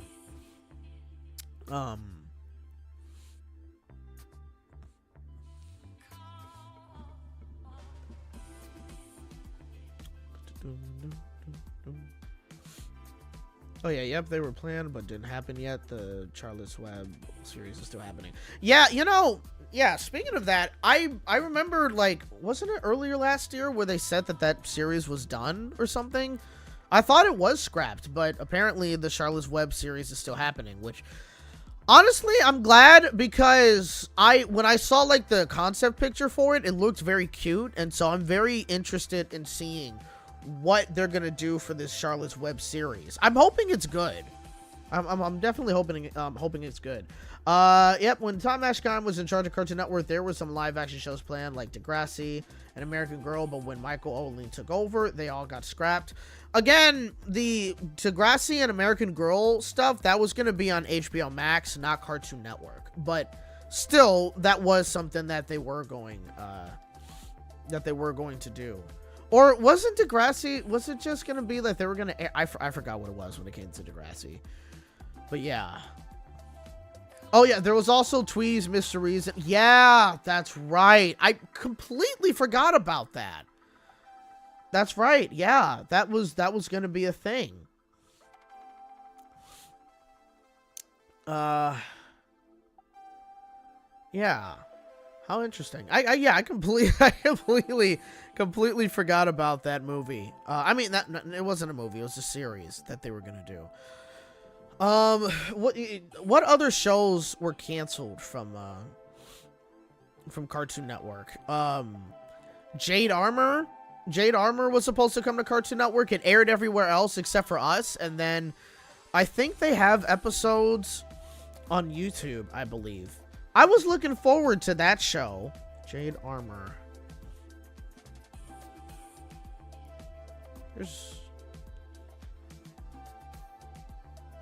Yeah, they literally have, like, they have their episodes on YouTube. So I could still check that out. But yeah, that was a show that was supposed to come to Cartoon Network, and then they just let it go. No explanation or anything. It's just, nope, it's not coming. Which is BS, but I don't know what else I can really say when it comes to that. What else? Gross Girls. Remember, we were going to have a show called Gross Girls as well. That also seemingly, we've heard nothing about that show at all, but I can guarantee that show is definitely gone. We were supposed to get a Teen Titans Go spinoff. Nights Begins to Shine. That was supposed to be a thing. Never heard of it again, except for when they did announce it from that huge initial announcement. We never heard anything about that show. So safe to assume that one's gone too. What else? Was there anything else that they also announced? Well, that one's not necessarily like, oh, it's a new show that we announced for Cartoon Network, but Mau Mau, we had Mau Mau season 2.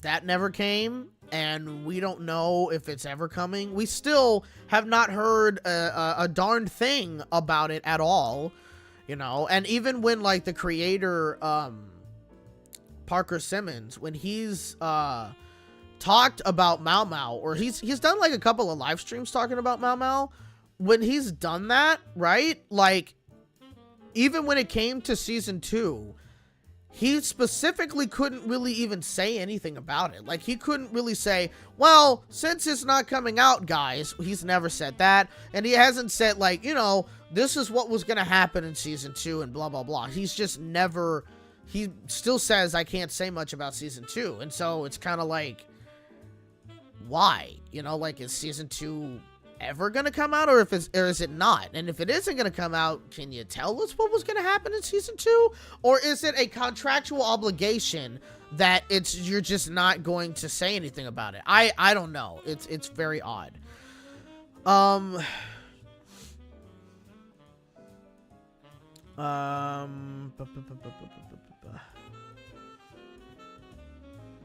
Thoughts on Lana Longbeard? That show is upcoming and interesting. Sad it's only getting hate due to the art style. Yeah, you know, it's very annoying. It's so freaking annoying. Like, we go through this every single time. There's a new show that comes out, and then, oh, look, it looks like Cal art style, blah, blah, blah. We hate on it. It's like, can we please just stop? Can we literally just shut up and stop complaining about that? Enough. We have plenty of different art styles, and I get it. Cartoon Network tends to have a lot of shows that have very similar art styles. I get it.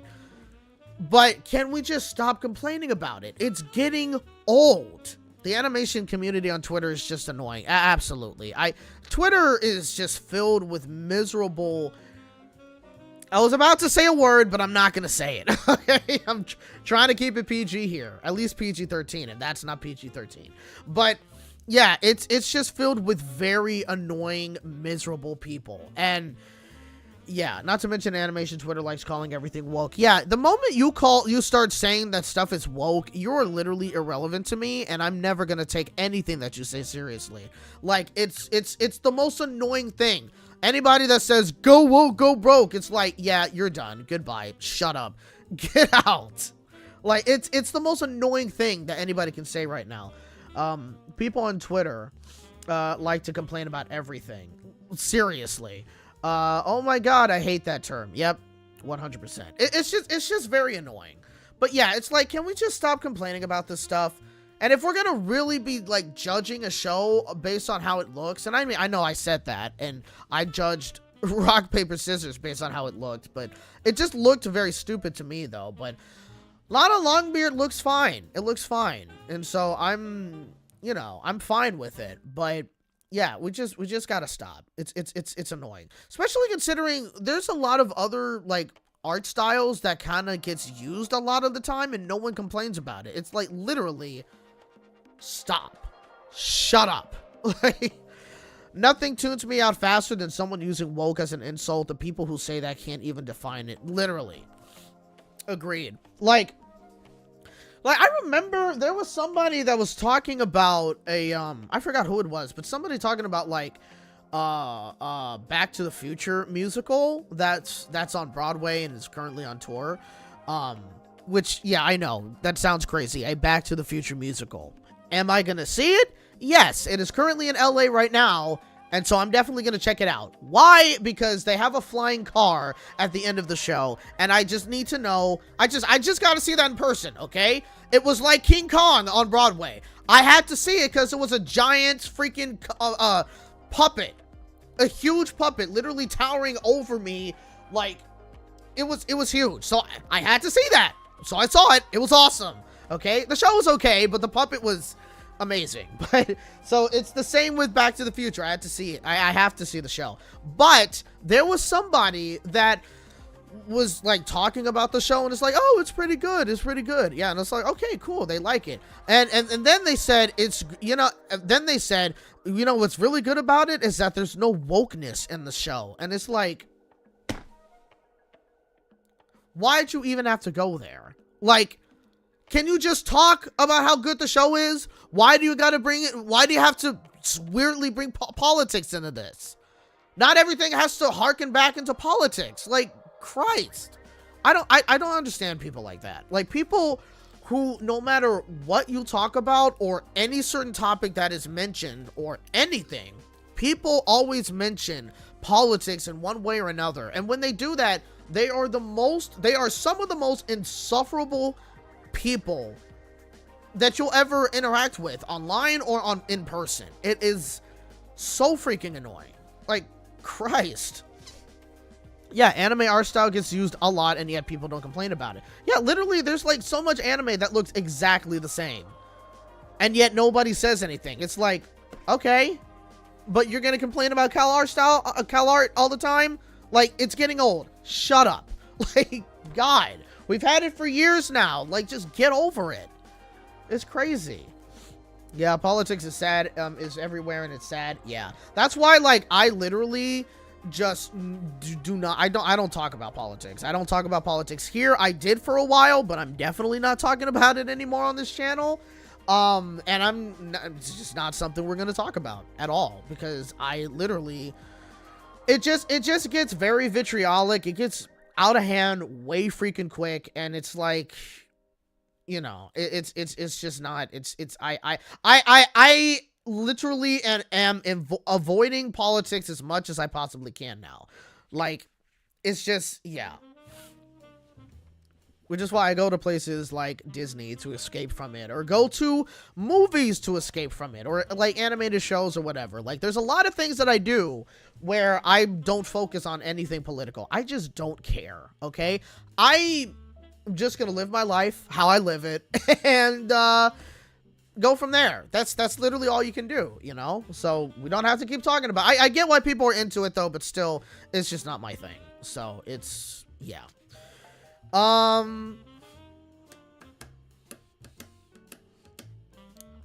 So why are people complaining about an art style that's been used as a quarter as much as anime art style? I don't know. I think people literally just like to complain at this point. I think that's what it is. Have any plans for Christmas, Josh? I did talk about this on the last live stream, but I think I'm probably gonna I'm thinking about going down to San Diego maybe for a day or two, just to kind of do some stuff down there. So that's a possibility. They do have a How the Grinch Stole Christmas musical down in San Diego. They do that every single year, and I've seen it like 3 times down in San Diego. And again, forget about the Illumination film, and also forget about the Jim Carrey's version of the movie. I mean, that one's still good, but it's also very freaking weird. Like, it's, when I watch it now, like, I still enjoy the Jim Carrey version of the Grinch, but when I watch the movie, it's like, it is so bizarre. Why is it like this? So many Dutch angles and this and that. Weird freaking jokes made from the Grinch. It's like, it's so weird. You know what I mean? I still like the movie, but it's just so odd. And also, forget about the NBC live musical version of The Grinch, because they messed up the musical, in my personal opinion. Because it has some of the same songs and whatnot, though, but there was just certain things that they did in that production on NBC Live that really kind of just messed it up. Just stick to the original stage version that goes on tour every single year during Christmas. Or if you're in San Diego, see that one at the Old Globe. It's similar, but that's the original version, and it's much better. It's an actual really good depiction or adaptation of how the Grinch Stole Christmas. And so I see it as much as I can, and I love it. So yeah, that's something I am thinking about going down to San Diego to see. And then I may also want to go to maybe SeaWorld, or maybe go to the zoo or something and check out what they have for Christmas as well. It's, you know, that may be something I want to do at some point. But yeah, that's kind of the plan for Christmas. For me, when it comes to Thanksgiving this year, I think I'm gonna just stay at home. I'm not gonna go anywhere. I'm not even gonna invite anybody this year. Specifically because of what your mom said. Politics are just the most stressful things that ever exist on this planet. It is, and I do not want to be in a situation where I'm with everybody, I'm with family members or whatever, and politics is brought up. I just do not want to be in that position. So I'm just going to stay home.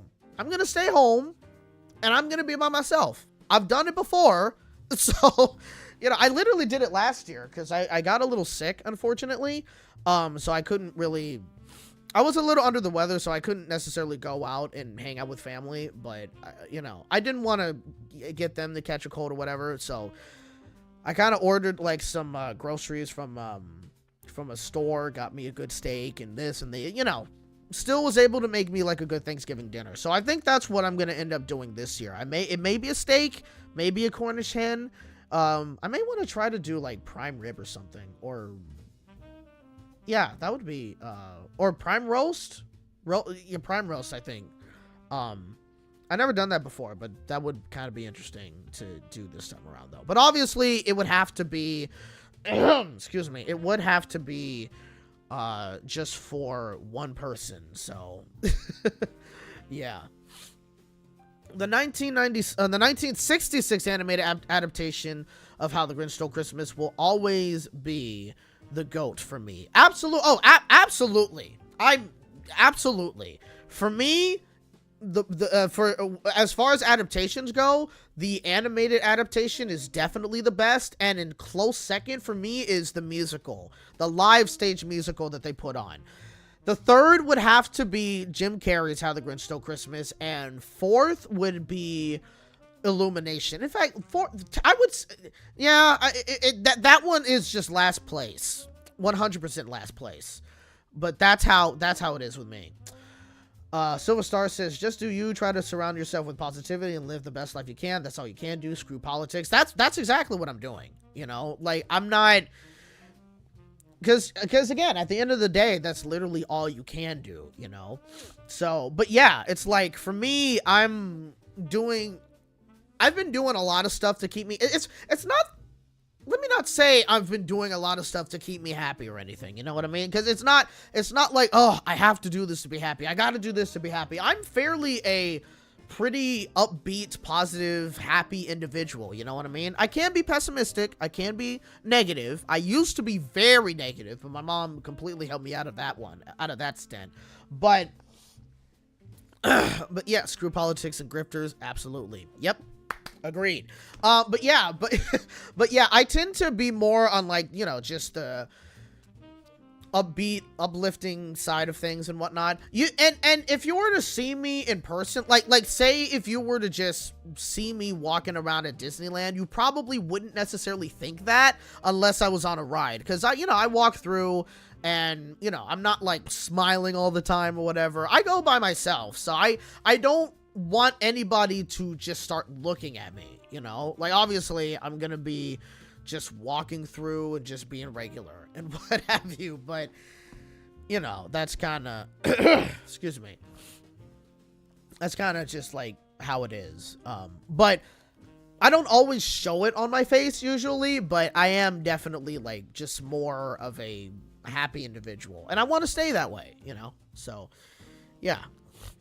So even if there are things that I have to do in order to keep myself from getting negative or whatever, maybe I will, you know? But it's not like I'm like delusional and be like, oh, I'm gonna keep those negative thoughts out. I can't say anything negative about this. I can't say anything negative about... It's not that at all, but, you know, like, I much rather try to look on the positive side of things when it comes to certain stuff. Like, you'll see situations where I'll maybe talking about a topic that maybe some other YouTubers that are in, like, you know, the animation space, they'll talk about the same topic too, but they're kind of more on the negative side of things, you know? And for me, while I may somewhat agree with them, and I might slightly disagree with them too, what I just tend to do is still be more on, like, the positive side, have, like, at least a positive outlook on certain things, you know? I feel like it's just more healthier to do it that way than to just look at everything and be like, I hate all this, I hate all that, and blah, blah, blah, you know what I mean? Like, it's just, yeah. And if that's the kind of energy that you bring, like, you're the kind of person that is just very hateful about certain things, or you're almost constantly angry or whatever, then I don't want anything to do with you. You know what I mean? I don't want you to bring down my energy because you're just pissy and like obviously if you're angry about something because something pissed you off or whatever, then fine. Like, that, you know, like, we all get angry, we all get upset, we all get whatever, but I'm just saying, if you're overly negative about everything and do all this stuff and yada yada yada, I don't really want anything to do with you, you know, because then you're just going to be a bummer to be around, and you're going to bring everything down with you, and, you know, it's a whole thing. So, that's how I do stuff. So, yeah. But yeah, yeah, Thanksgiving, I'm definitely going to be watching the parade on TV, because they actually have a couple of new, like, character parades for the Macy's Thanksgiving parade this year. So I'll definitely be checking that. I check it out all the time, even though I personally like the Rose Parade for New Year's much better, because our floats are always different, you know, and there's more bands and more live stuff over there too. I gotta be honest, I'm not exactly the biggest I'm not the biggest fan, you know, of like the Macy's Thanksgiving parade, where you'll have the floats come in and it's usually the same floats, and that's fine, but you always have like these celebrities that are on the float and they lip sync. You know, there's a couple of them that sing live, but a majority of them lip sync, and here's the thing, I understand, because I'm a singer as well also, so of course I'm gonna know certain things about this. When New York does their Thanksgiving Day parade, it's like, what, roughly in the 20s or 30s maybe? Probably colder than that. It's cold in New York around this time, right? I'm sure if Alex was in the chat right now, he can attest to this, that around Thanksgiving in New York, he doesn't live in New York City, but he lives in New York. He would attest that it gets very cold around that time. And I can imagine it's like, you know, the same of how cold it is in New York City is probably how cold it is where he lives. It wouldn't shock me. Excuse me. But yeah, it gets very cold over there. And when you are somebody who is yeah, see, he just confirmed it in the chat. He said, yes, exactly. When it comes to singing, your throat cannot be too cold, right? If it's very cold, like that's why if you are going to sing live in like a cold environment, you should have like a lot of scarves around your neck. So at the very least, your throat can be kind of warm.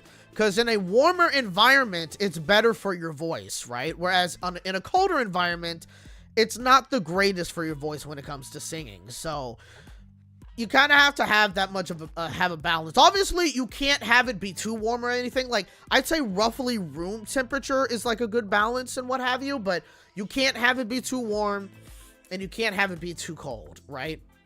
But definitely if it's too cold, it's like how cold it is in New York City around that time. It's not the greatest when it comes to your voice.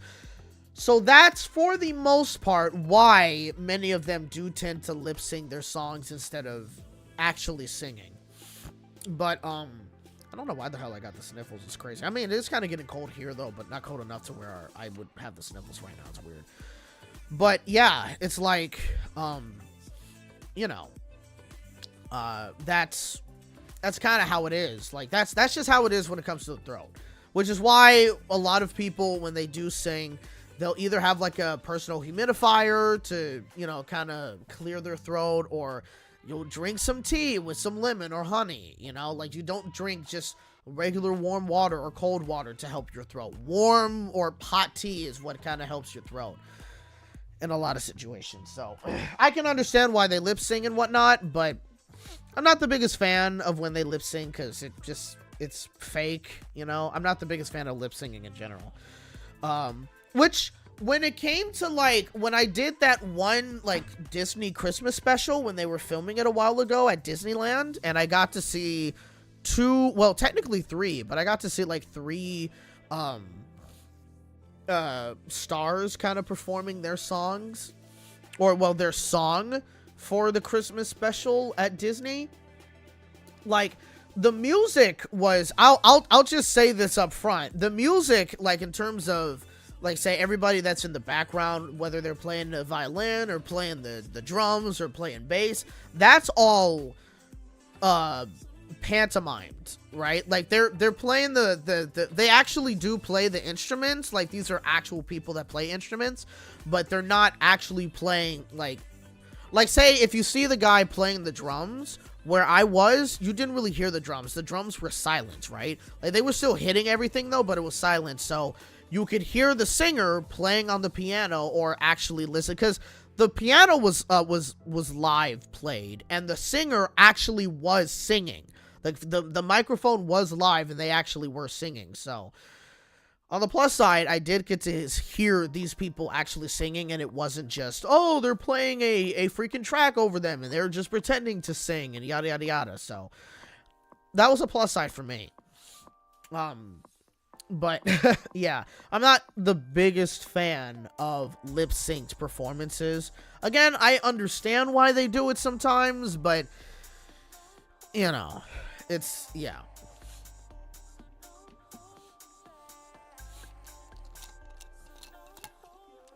It's not a dress, it's a kilt. I don't remember that scene. What scene is that from? What scene is that?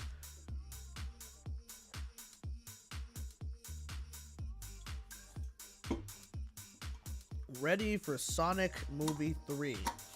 Same. I'm thinking about maybe seeing that movie on opening day. I'm not really sure if I'm gonna do that or not. I might. Honestly, just so I can help Sonic 3 beat Mufasa. That's the biggest reason why, but yeah, I don't know. I might see it on opening night. Depends. Any Christmas movies you're gonna watch during the holiday season? Most likely Polar Express. That movie is still pretty good. It's awkward with the animation, of course, because you know, like, it wasn't that technology wasn't exactly the best at the time when it came to like facial movements and stuff. But overall, like, that particular movie is, you know, it's still really good. I love the story of the Polar Express. I loved it when I was a kid. I would read it all the time. I would also like listen to the sound tape that it came with. I would read that. I think I still have the book in my room, actually. So I really do love Polar Express. I even remember, like, when I was a kid, because they do this in certain parts of California. They might do it in other states, but that I don't know. You would actually have like a real train, basically kind of become the Polar Express for a while, and you would get on the train. I think you would have hot cocoa, and you would have like some people like maybe tell the story of the Polar Express, and it would almost be as if like, oh, you're going to the North Pole and you get to see Santa and stuff like that. I did that like so many years ago. I think I was like maybe 7 years old when I did it, and it was a lot of fun. I do remember that. So that was like a very cool experience. Adam Cartoons, welcome to the stream. Welcome. I'm probably going to be ending the stream very soon, but I'd say maybe another 15-20 minutes, maybe less than that. I don't know, but it depends. But I will be ending it very soon, but welcome to the stream anyway. But yeah.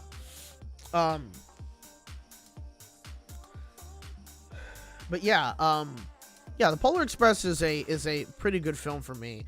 So I check that out a lot. Sometimes I watch The Grinch, not the Illuminations version, because I'm not a fan of that one. As weird as the Jim Carrey film is, right?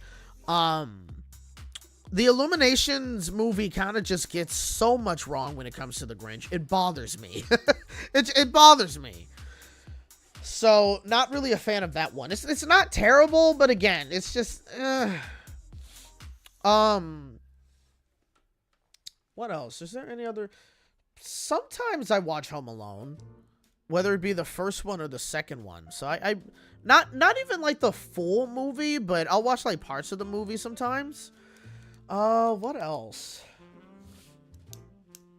Elf? I check out Elf sometimes, too. I don't know what else. I'm not really somebody that watches a lot of movies, to be honest. So, but I do like, yeah. Yeah, I'm not sure. What else could I consider? Well, I do tend to watch like holiday specials, of course. Like, oh, what was the one? It was 2 years ago, and it was on CBS. What was it called? Was it Almost Reindeer?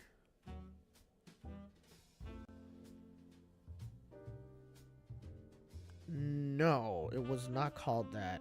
I forgot what it was called, but I remember it was a special they had where it was like a reindeer that I guess had like smaller antlers or something, and he was trying to save Christmas or something like that. It wasn't, obviously not Rudolph the Red-Nosed Reindeer, but it was a newer one that came out, like, again, I think it was 2 years ago, and I can't, it wasn't Baby Reindeer either, right?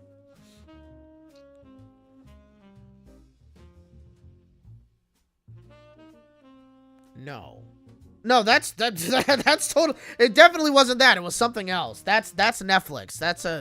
I don't even know what that is, but yeah, that's definitely not what that was called. But that was one that I saw a while ago, which it was pretty good. I like the animation and the characters and whatnot, though. But when NBC just does so many freaking like commercial breaks, it really breaks the flow of some of these stories, and it sucks, you know? Like, I think it's still good. It's just with all of the freaking commercial breaks they add in there, and some of them come in, like, 5 minutes after the thing comes back, which is crazy. Like, it takes away from what they could do with the story, you know? Like, you could actually, like, it causes the story sometimes to it causes the story to feel rushed because of all the commercial breaks they had to fit in. It's like, if they did way less, I think it could have been fleshed out a bit more. Again, it was still good, it was still cute in my personal opinion, but my god, it was so annoying. But yeah, that one I may want to try to check out again, but on Paramount Plus. What else? Rudolph the Red-Nosed Reindeer sometimes. I almost said Grandma Got Ran Over by a Reindeer, but I think I only watched that when I was a kid. I haven't seen that one anytime soon. I haven't seen that one in a long time. What else?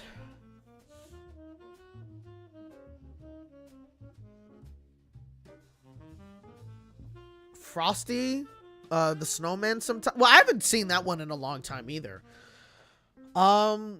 Obviously the Grinch, and I haven't seen the Charlie Brown's Christmas special in a long time, and that was because I think for a while wasn't that only like exclusive to Apple TV or something like that. I think so. And I'm not sure. I don't have Apple TV. Obviously, I'm not an Apple guy. I don't have anything Apple in this house. So, even though I know I don't need to have Apple in order to sign up for Apple TV, though, but still. But what else? But yeah, like, is the Christmas special only exclusive to... They also still play it on TV. Is it? I thought it was only on Apple TV now. Okay, so I definitely gotta check. I gotta check that out, because again, it's been a long time since I've seen that Christmas special. It's been years, and I miss it. So I definitely gotta check that out. And same with the Grinch. Like, anytime the animated short How the Grinch Stole Christmas, the 1966 one. Anytime that airs on TV, I have to try to catch that. It's like literally one of my all-time favorites. It's a classic. I mean, it's amazing. So, yeah, I definitely gotta see that at some point. Yeah, Rudolph and Frosty are moving to NBC this year. Okay, yeah, that's what I thought.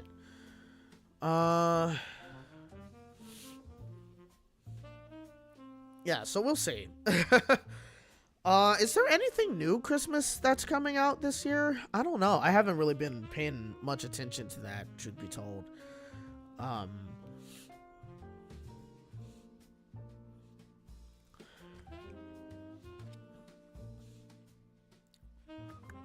Does anyone remember Santa versus the Snowman? I remember watching that special. No. Santa versus the Snowman. Let me look that up. Santa versus...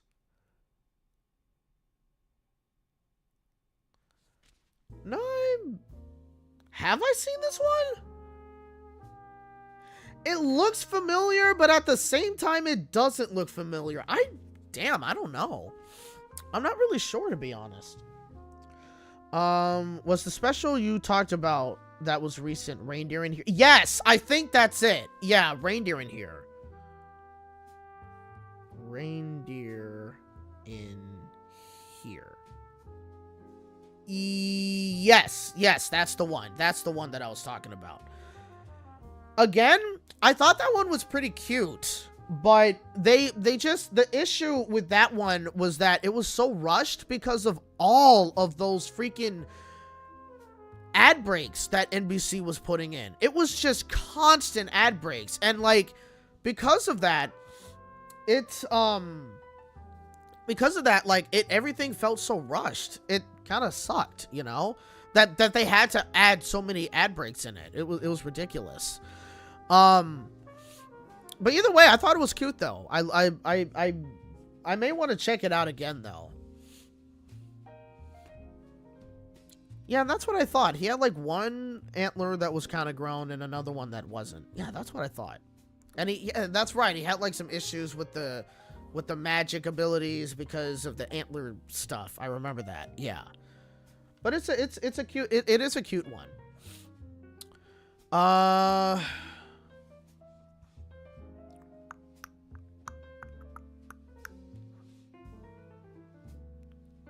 Have you seen The Year Without a Santa Claus? No, I have not. Again, I'm gonna look that one up. The Year Without a Santa Claus. No, okay. I think I've seen parts of that one, but I haven't seen the full story of that.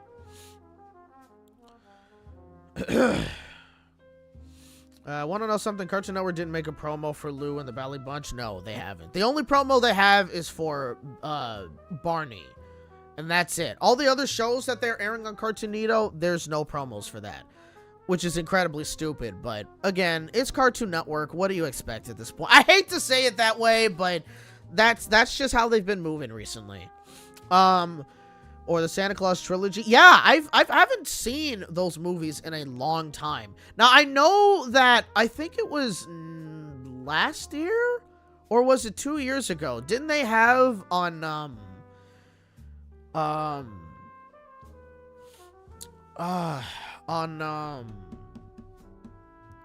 Disney Plus, didn't they have like a Santa Claus series? I think they did, yeah. But was it last year or was it 2 years ago? That I don't remember. I did not check that show out. I haven't really heard many people talking about that show. Hamsterdale. Oh, it's a show on Nickelodeon. Okay. Okay. But yeah.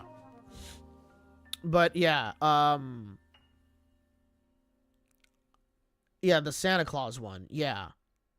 Again, I don't remember if that was last year or if that was 2 years ago, but I haven't heard many people talking about it. So I don't know if it was good, if it was bad, if it was mid. I have no idea. Because many people, like, even right now, they're not really talking about it as much. And I don't remember many people talking about it after it came out either. The block's still a thing. I haven't watched Cartoon Network in years anyway. So, yeah, it is, but it only runs for an hour, which, again, is stupid. And you would think that by them only running the block for an hour, that the block wouldn't really be a thing anymore. But it's still here, just kind of hanging on a thread. They have some new shows on there now, which airs every single day, which is a good thing. But yeah, I don't know if, like, things are going to improve when it comes to that. I doubt that they're going to get any of their hours back, because considering that Cartoon Network is only ending at 5 p.m., do they really want to have Cartoon Network have even less hours? You know what I mean? It's like, I don't know. Cartoonito is still going strong, despite the block just 1 day, 1 hour per day. Yeah. You know. It would be funny if they did make a promo for Lou and the Bally Bunch for Cartoon Network instead of Cartoonito, honestly. But that's what, if they are going to make a promo, that's exactly what they're going to do. Cartoonito doesn't have any more promos. Any promo that has the preschool shows in it, like Barney or Jessica's Big Little World at the time, it's all Cartoon Network style promos. Cartoonito stuff is just not there anymore, except for a couple of bumpers and the logo. That's literally it. Excuse me. Cartoonito and Cartoon Network are doing better internationally time-wise due to lasting longer, in my opinion. Yeah, I mean, I think Cartoonito and Cartoon Network in general is just doing better in different, it's just different in other countries. Like, I think a lot of them are just doing much better, to be honest. A promo for Lady Bird Lou, or Lou and the Bally, I forgot that's what it was called. Yeah, it was called Lady Bird Lou, then it's called Lou and the Bally Bunch, that's right. But yeah, it would, a promo for that on a Cartoon Network branding would be humorous. It would be hilarious. It honestly would be. It would be so confusing too, but also, it would really, really suck, you know what I mean? If they were to do that, because, like, then what would you have? You would have people on Twitter being like, oh, hey, look, Cartoon Network is for preschool shows, or it's for preschoolers now, blah, blah, blah. Like, that's literally what they've been doing. It's so weird. Or Teen Titans Go doing that freaking marathon that they're going to do for the whole month, I think, leading up to their 400th episode. People are going to be like, oh, yep, see, Cartoon Network's still airing nothing but Teen Titans Go. And it's like, tell me people on Twitter are smart without tell me that they are smart, and I'm not gonna believe you, because people on Twitter are dumb as rocks. Okay, you know, like it's crazy. But yeah, like I don't know, man. It's people are just weird on animation Twitter. I personally find Lou and the Bally Bunch to be a cute show. I only saw like the very first short of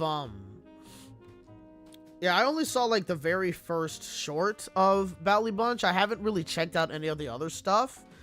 So yeah, I can't say I know for certain, you know, how the show is. But you guys are saying it's cute, so it's like maybe I'll check out a little bit more of it. Those people on Twitter need to escape from social media and see the great outdoors. Yes, they literally need to touch grass. Like, literally, they need to touch grass. Everybody that is constantly on social media 24/7 needs to touch grass, okay? Like, that's what I'm doing. You know, like, I do spend a lot of time online, which I'm trying to change because I'm starting to get bored of it now. And so, like, even tomorrow, that is loud.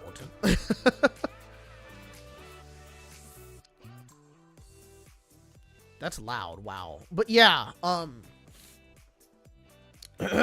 but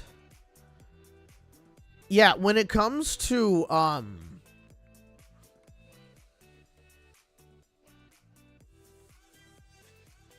but yeah, when it comes to yeah, to like what was I even trying to say? That completely like threw me off track. But no, but yeah, I tend to like try to go outside. Like tomorrow I'm thinking about going somewhere just to hang out for a little bit. I'm not fully sure though, but I want to do something. I don't want to just sit here, watch TV or watch Twitch or scroll. You know, it's like, just go outside, explore the world and do something. Even if you just want to go outside and go to a restaurant, do that. You know? Shoot, even if you're alone. I literally went to Benihana's for my birthday alone, right? And it was fun. I mean, yeah, I was sitting with other people because they were also celebrating something too, and it was still great. So, do that if you need to. But, yeah, like, get out of the house. Like, don't just sit in your house or apartment or wherever you live and, you know, just, yeah. The animation community fits YouTube way better despite its flaws too. Yeah, like YouTube is a bit more rounded when it comes to the animation community. But again, you're also talking about Twitter, and Twitter is literally just a cesspool of crappy people. You know, I'll just say it, crappy ass people. Like, it is literally just a cesspool of some of the worst people, man. And the most annoying. Like, I don't know what else I need to tell you on that, but yeah. What's sadder is that animation Twitter has given animation a bad, even worse name due to Twitter's toxic nature. Yeah, that's 100% true. I agree. Yeah, I left Twitter anyways because I know folks there are really going to get out of hand even more than they already were. Yep. I'm trying to honestly avoid Twitter as much as I can too. I mean, the stuff I mainly follow on Twitter is just artists, you know, like furry artists or people talking about Disney or Cartoon Network and Nickelodeon like related stuff. Like, that's really it. But other than that, like, I don't really step out of that bubble, I guess you can say. Because I'm just not gonna do it. Not to mention that Twitter now is called X. Yeah, but who the hell calls it X? Who says, yeah, check me out on X? We still call it Twitter. It's like Staples Center in LA. No one calls it the Crypto.com Arena. We literally still call it Staples Center. Because Crypto.com Arena is a dumb name. If they called it Crypto Arena, maybe it would be a little better. But Crypto.com Arena is so stupid. Christ. Which, speaking of, they actually have like this new place in that arena now that is kind of like a Doritos restaurant in a way, where they make a lot of these dishes now, right? That kind of has Doritos chips kind of integrated in it in one way or another. And when I looked at like some of the stuff that they have, it's like it actually looks good, you know, like it, like the, you know, like the tacos or Doritos, like not covered pizza, but pizza maybe topped with like Dorito chips or something or whatever. It's like, it's kind of interesting. If I ever go to a game again, I may want to check out that place and see what it's hidden. Because at first it sounded weird when I heard that, but when I saw like what they were offering, it's like, no, these actually look good, and I can see how it could work. You know what I mean? But yeah, so that's yeah, but that the whole thing again, just going back to the whole name, like nobody calls it X. Let's be serious. Exactly. Twitter has many flaws for the animation community. Not gonna lie, Twitter being renamed to just X makes absolutely no sense. Yeah, I don't understand it either. It's so dumb. I mean, there are some good people on Twitter, but you're mostly gonna see people who say animation is woke. Well, like literally, it's so dumb. Like people, honestly, people online in general, and like most aspects of online, are just annoying, and some are incredibly stupid. Like I find like people on Instagram can be some of the dumbest people on social media, right? Like I don't like folks on Twitter, right? But when I see some people on Instagram, and it's specifically when you post a picture or you have a reel or whatever, and you see people in the comments, some of these people are incredibly freaking stupid. And it's like, oh my God, it's wild. It's crazy. But also, you know, in general, social media is kind of just making people get, don't even get me started on Instagram. Randall, you know exactly what I'm talking about. People are dumb on Instagram, man. But yeah, like, I mean, thankfully, the people I follow and the people that follow me are not idiots. Thank goodness, okay? But yeah, but like, the social media world is just going to continue getting worse, and that's specifically because of AI. You got a lot of generative AI out there. There's a page on Facebook called Farmer Girls, and it's a bunch of pictures of these girls that are on the farm, and they're supposed to be like model type women or whatever, but they are all AI generated. And there's so many pictures where it is just clearly like messed up photos, because you know it's generative AI. They're not going to get things perfect all the time. Like there's a couple of pictures that you'll have where there's a girl that doesn't have any legs, or she has 3 arms, or she has literally, she's like a conjoined twin or something. It's like, it's so weird. Or she'll have like 3 boobs or something, and it's like, and you still post it, and people in the comments, and I don't know if they're bots or whatever, they'll be kind of simping over these girls, and it's like, how do you guys not know it's AI, right? Like, and then sometimes there's like these videos. I've been seeing some like generative AI videos recently where you'll have like a video of a bird, right? Or there was a video where there was like this lady was kind of like sitting in her bed, and she was kind of like just smiling at the camera, and there was like this big bluebird that was on her lap, and all of these tiny bluebirds kind of just looking around, right? And some people actually believed that some people actually believed that it was like a real photo or a real video, and it's like, guys, it is clearly it's clearly AI. You want to know how I know it's AI? Look at the size of the bird that is on her lap. Like, and there's no way that a lady is just having all of these like hundreds of birds around her. Like that, it was clearly AI, but it's like, come on, people. It's crazy, dude. Like, it's like, how do some people not understand that that some videos are AI generated?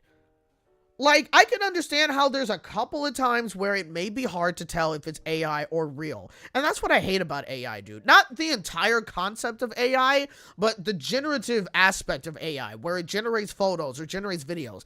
I hate it because it makes, like, it makes you question if certain things are real when you see it on video online. Like, you'll have people create art and some people will accuse it of being AI just because of the way it looks, and it sucks for those artists, you know, like, they don't deserve that because they work so hard on their animated pieces, and for somebody to come in and be like, oh, this is clearly AI, is just, I can understand how that is a huge insult to these people.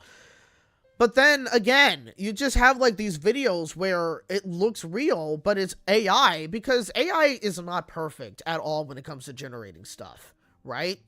Like, sometimes you'll have somebody's hand kind of just meld into their body, or their arm turns into a blanket or something like that. Or you'll have somebody walking down the street, but when they start walking for whatever reason, right, like their left leg, like they'll walk like this and then they'll just skip for a little bit. It's such weird stuff. And again, it's crazy how people can't tell the difference between real art or real video recordings to generative AI. It's honest to God scary, bro. It is incredibly scary to me. 100% agreed, Josh. The concept of AI isn't worse than the spawn of Satan, but it got executed in a very poor way. I feel bad for all those people who lost their jobs. Agreed. I've seen some AI memes and they are slightly harmless, but the fact that real life $1 million companies are using generative AI concerns me. Yeah, like Toy Story, not Toy Story, Toys R Us came out with like a freaking generative AI commercial, and it's like, what? It's crazy that they're just going in this direction.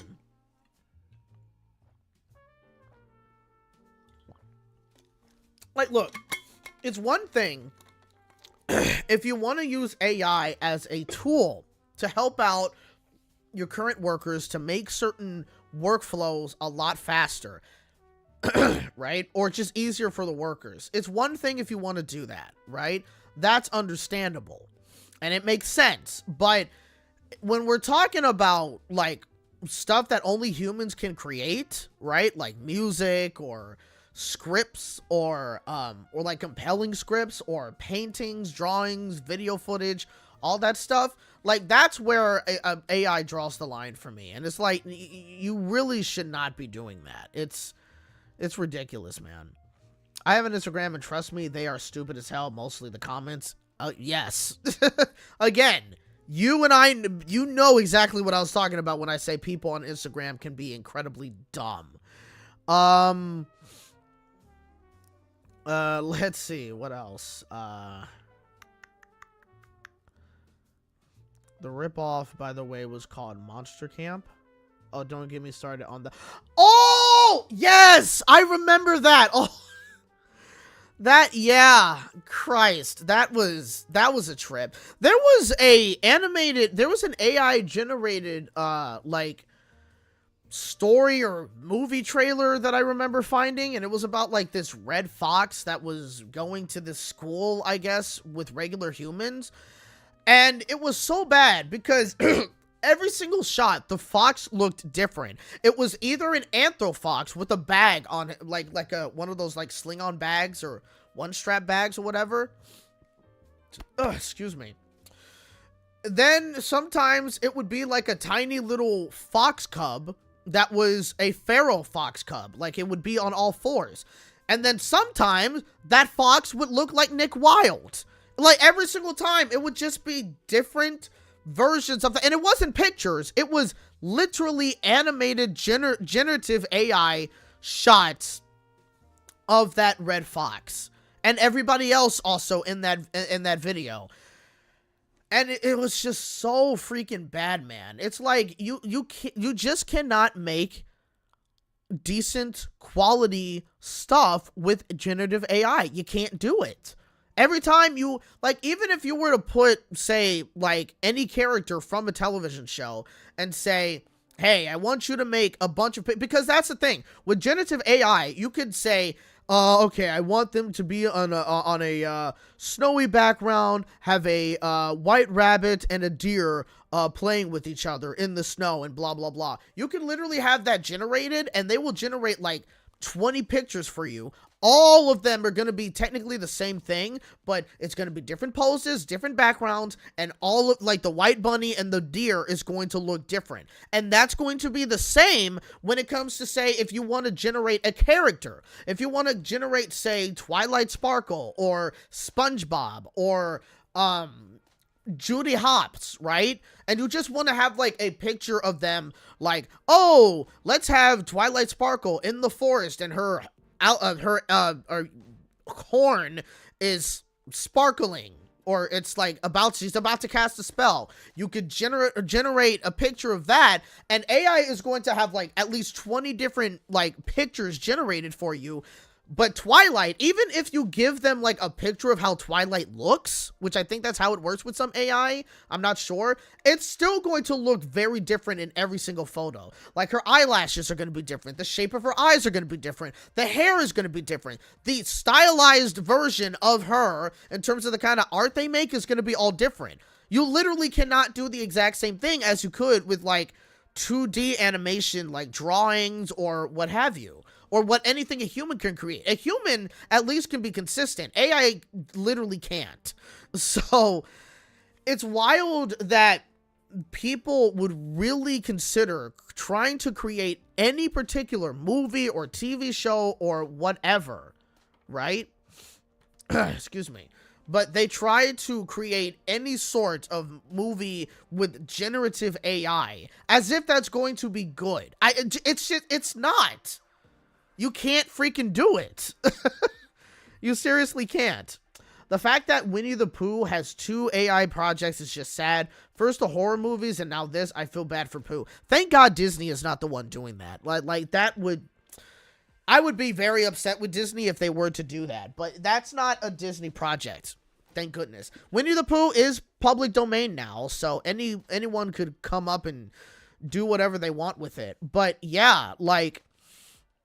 they're doing AI projects of Winnie the Pooh. It's so stupid. It's crazy. And yeah, it's also literally insane that we're just, almost every time anything goes into freaking public domain, let's make a horror movie out of it. It's like, it's gotten so old. It's dumb. It's annoying, man. I mean, I get it sometimes, maybe the most easiest movie that you can make, but still.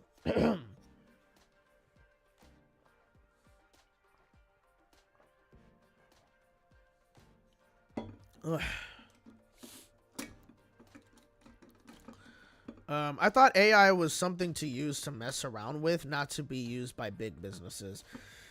Yeah, I mean, big businesses were always going to use AI, but just not in the way that we thought, right? Like, we would think, oh, AI could be used to fix up the workplace, on like how we schedule our workers, or how we, you know, like what kind of workflow and yada yada yada. Because I think AI probably would be able to organize stuff maybe a little better than how we humans can do it, and maybe they can't. I don't know, but that's the kind of way in which I would think they would use AI as a tool like that. But, and honestly, I think they should like literally they should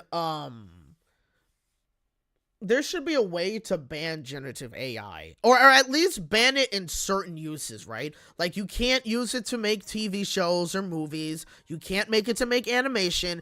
You can maybe do stuff to help out with the creative process, maybe, but in terms of like actual drawings or animation, you literally should not be allowed to do that. That should be against the law, or there should be like huge regulations when it comes to that. Again, use it as a tool. Like, if you could use AI to help out with animation, like to actually help the animator create the animation, like if it speeds up the process to where they could make good quality animation and it doesn't take as long, fine.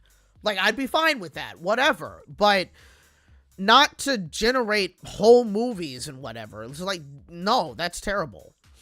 Yeah, I used to like Clownfish TV.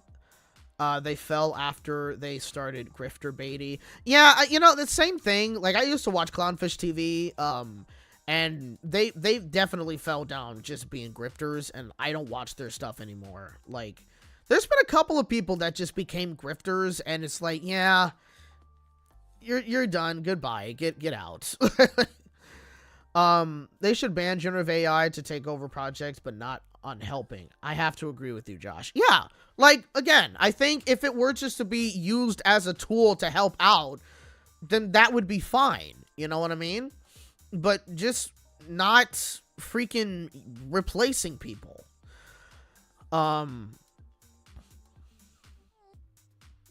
Because at the end of the day, like, I think AI is not going anywhere. It's just, it does need to be regulated. And also, what 100% should be regulated and should be illegal is taking AI of people and making content from that. Like, or if you're going to take someone's picture and generate AI images from that, it should be very clear that it's AI. It should never be passed off as being a real thing, where it's like, hey, they actually said this was a real thing that they said, and try to pass it off as real. That should be hellishly illegal. And if you're caught ever doing that, prosecution, you know what I mean?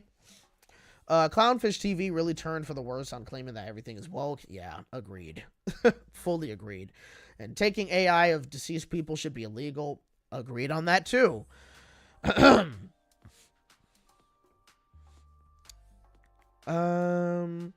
But yeah, like, there definitely needs to be some sort of regulation when it comes to AI stuff. There just needs to be. Yeah. I'm gonna bring this up just quickly because I know earlier in the chat there was a couple of people that were asking me about, like, what I thought about the remake of Lilo and Stitch, specifically the new design of Stitch in the remake.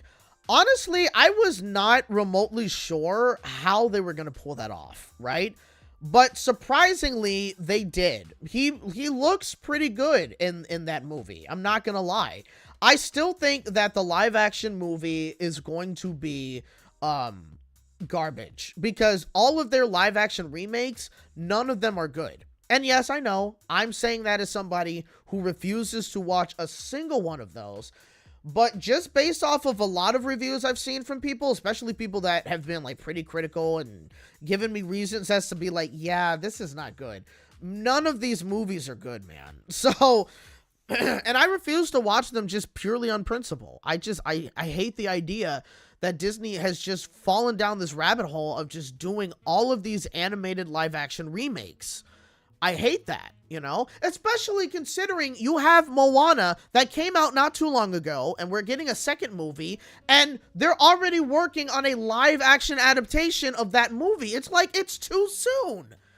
It's ridiculous. So I'm just somebody who refuses to watch any live action remake that Disney is doing of their animated classics. Even when it comes to a movie like Mufasa, I refuse to watch that movie. Yes, is it a different story? Is it a original story-ish? Sure, but it came from the freaking live-action adaptation, which I am telling you, I freaking hate. I hate it. I remember I watched the scene of Mufasa's death, right? Like the stampede scene, and that, honest to God, pissed me off when I saw that, because it was just so much worse in every sense of the word. And I was like, yep, that sealed it. I am not watching this piece of garbage movie. You know what I mean? I was like, no, it's horrible. I can see why, Josh, these live action remakes are repetitive. They literally are, and they keep making the same mistakes all the time. Pinocchio still looked like the OG design, and that movie was still garbage, so I still wouldn't get my hopes up on the Lilo and Stitch live-action movie. Literally, because I swear, at least it's not Mulan 2020. Oh, good, don't even get me started. Don't get me started on that crap. Christ. But, yeah, like, I just know they're going to make certain changes to Lilo and Stitch. Specifically, they're going to make changes to Lilo's character. I know for a fact that they're going to do this, and it's going to make her worse as a character. Now, if they change her character in the sense of where it may be a slight improvement, or it's still a good characterization of her, and it's still able to work in terms of the story, then fine. I'm okay with that. But I know they're going to make certain changes. They may make certain changes that were akin to what they did with Little Mermaid, with Ariel, or what they did with Mulan in the 2020 version of the movie. They're going to make certain changes like that. Like, I'm going to just assume she's not going to be a weirdo anymore, because Lilo was a weird character, right? I mean, she was just a weird kid, and that's why she was kind of like an outcast. She's not going to be that anymore, I'm pretty sure, in the new one. And so, I don't know what kind of characterization they're going to give her, but it wouldn't shock me if they make her more...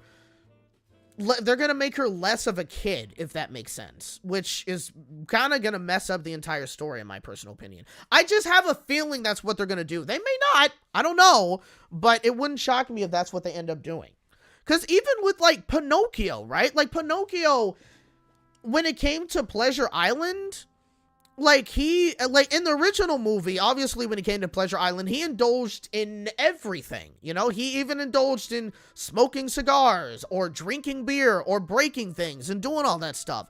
Whereas, in the freaking remake, he didn't do any of that stuff. In fact, he saw all the other kids behaving badly, and he was like, ooh, oh, this is bad. This is... It's like... But then, you still end up having him turn into a donkey anyway... But he didn't do any of that stuff. It's like, what? It was stupid. Like, in my personal opinion, it was completely dumb. So they're going to make certain changes there. They're going to make certain changes like that to Lilo, and it's going to ruin the story. It's going to ruin even the message of the story. It wouldn't shock me. Or it's just not going to work. So yeah, I'm not looking forward to it. Stitch is still gonna look adorable, I'm sure, like he does, but in terms of how the movie is gonna be, it's gonna be trash. I swear if Disney makes a live action remake out of their live action remakes, I don't know if they're gonna be that bad, but there was a comment. Well, oh yeah, at least with 101 Dalmatians, the only difference that they made between the live action and animated ones was that the dogs didn't speak. Yeah, those movies, honestly, at least the second movie, because I remember the second movie a whole lot more with Cruella de Vil becoming a cake or being baked into a cake. I remember that specifically. That was my favorite scene as a kid because of all the shenanigans that happened within that scene. It's like Home Alone, right? Where I'm okay with the rest of the movie, but what I really enjoy about those movies is just the traps that get set off. And I love those parts specifically. But yeah, I think that the 101 Dalmatian movies were, like, definitely fine. I mean, those came at a different time when Disney wasn't doing a lot of those live-action movies and what have you, but yeah. Like, those were fine, in my personal opinion. That was easily going to be a point on having their remakes, and they will ruin characters in their decisions, and it won't be a good idea. If it ain't broke, don't fix it. Absolutely. Fully agreed on that. Literally the only good live action Disney remakes were the Jungle Book 2016 and Pete's Dragon. I heard Cinderella 2015 was good, but I haven't seen it. I haven't seen the Jungle Book, and I definitely haven't seen Pete's Dragon. I haven't seen any of those, and I have, like, no interest in seeing those. Christopher Robin was good, too. And again, I haven't seen that one either. 102 Dalmatians was definitely just as hilarious as the first one, yeah. Again, I don't fully remember the first one all that much, but, the second one definitely was hilarious. Yeah, the Glenn Close 101 Dalmatians were definitely Disney's best live-action remake movies. Agreed. Especially since it's Glenn Close. Like, she's amazing. Come on. I don't think Christopher Robin counts, though. Technically doesn't, because while it is a live action adaptation of Winnie the Pooh, or a story based off of Winnie the Pooh in that world, it isn't a remake. You know what I mean? It's like, because none of the Winnie the Pooh movies dealt with that, so it's definitely different.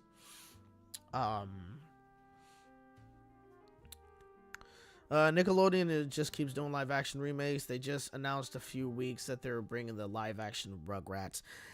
Yeah.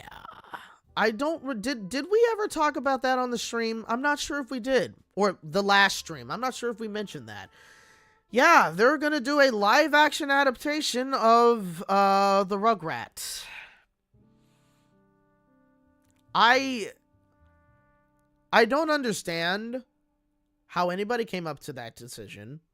How is that remotely gonna look good? Because don't forget, the Rugrats are going to be CGI. Everything else is going to be live action, but it's a CGI live action adaptation movie. Me personally, I don't understand why, but that's what we're doing. That's just what we're doing. Yeah. That's the only thing I can say, is that's what we're doing, and it's it doesn't sound like it's going to be a good one. I doubt it's going to be a good one. I don't think there's any possibility that it can be a good one. There's just no way. There's no way. Hollywood loves absurd movies for some reason. Yeah, they do. Like, the more absurd an idea is, the more willing they're going to do it. And it's probably because, as absurd as it is, they know that people are going to watch it for those particular reasons, you know? So I think that's kind of why they end up doing that. That's my guess. I could be wrong, but that's just how I see it. That's probably why they tend to do stuff like that. Literally has to be the most random thing to make a live action movie out of along with Harold and the Purple Crayon. Yeah. I didn't grow up with Harold and the Purple Crayon, so I didn't really know much about it. I didn't even know it was a book or whatever before the movie came out, so yeah. But obviously I didn't have much of an interest of seeing it, so it's yeah.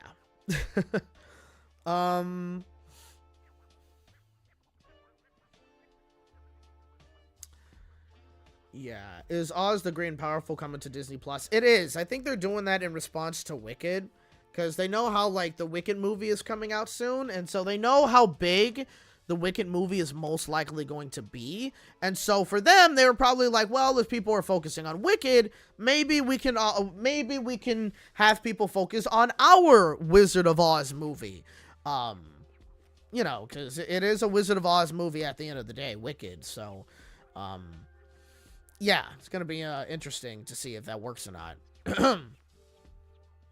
I don't get the fixation and obsession with live-action movies based off of animated IPs. Couldn't they just be animated? I have no idea. Biggest question, and I'm not somebody that is personally into this game, though, but still, question, why the hell are they making Minecraft a live-action movie? Can anybody in the chat please answer me why they're making a live-action Minecraft movie when it should be animated? Does anybody have an answer for me on that? I doubt you're going to come up with an answer. I can't come up with an answer. It literally makes no sense to make that live action. I just don't understand. I'm with you on that. I really don't get why they want to make. I mean, in some ways, I can understand it, you know, because you kind of want to see how an animated film would kind of look in live action. I can somewhat understand that, but it's like I don't know. Like, I feel like there's just certain movies where you should just keep it animated. Like, there's no reason to make it live action. It's dumb. I mean, the only reason why I understand why they do it is because at the end of the day, live action films are cheaper to make a majority of the time compared to an animated film.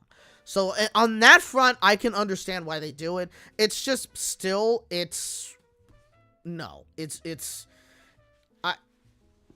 They gotta pull back on that. They gotta, like, or if there's an animated, like, property where people really think it would make sense to do it in live action, then sure, do it. But certain other things is like, no.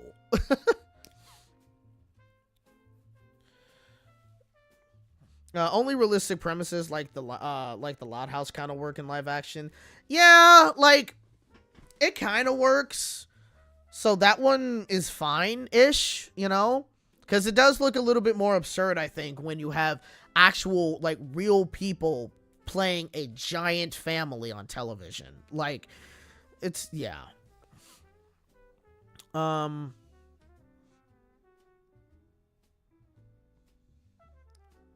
One thing you can't say is it's not faithful because they made everything block-shaped at least.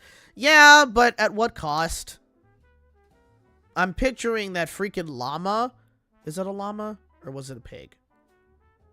Or goat? It was a llama, goat, pig, whatever. One of the three. I'm picturing that as how they have it in the live-action version, and it's stuff that nightmares come from. That's where nightmares come from. So, yeah. No. Just no. Oh, Christ. It was a sheep. Okay. Okay. Yeah.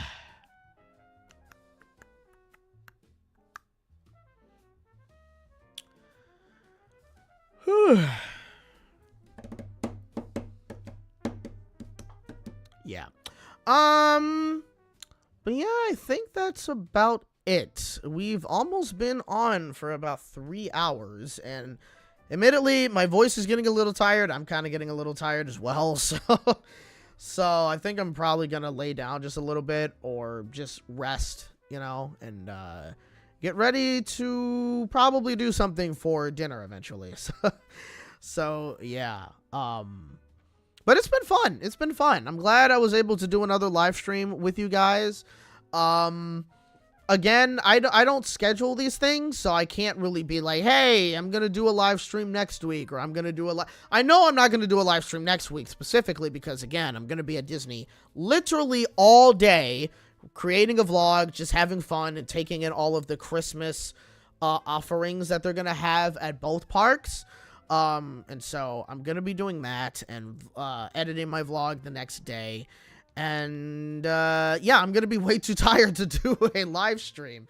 But yeah, I could do one in 2 weeks, possibly. It's, we'll see what happens.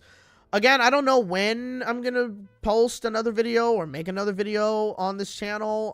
It could be sooner, it could be later, it could be sometime in the next 2 months. It could be not until next year. I literally have no idea, but we'll see when it comes to that. So right now I'm going to give you guys a link to my vlog channel so you guys can check it out if you haven't. If you haven't, and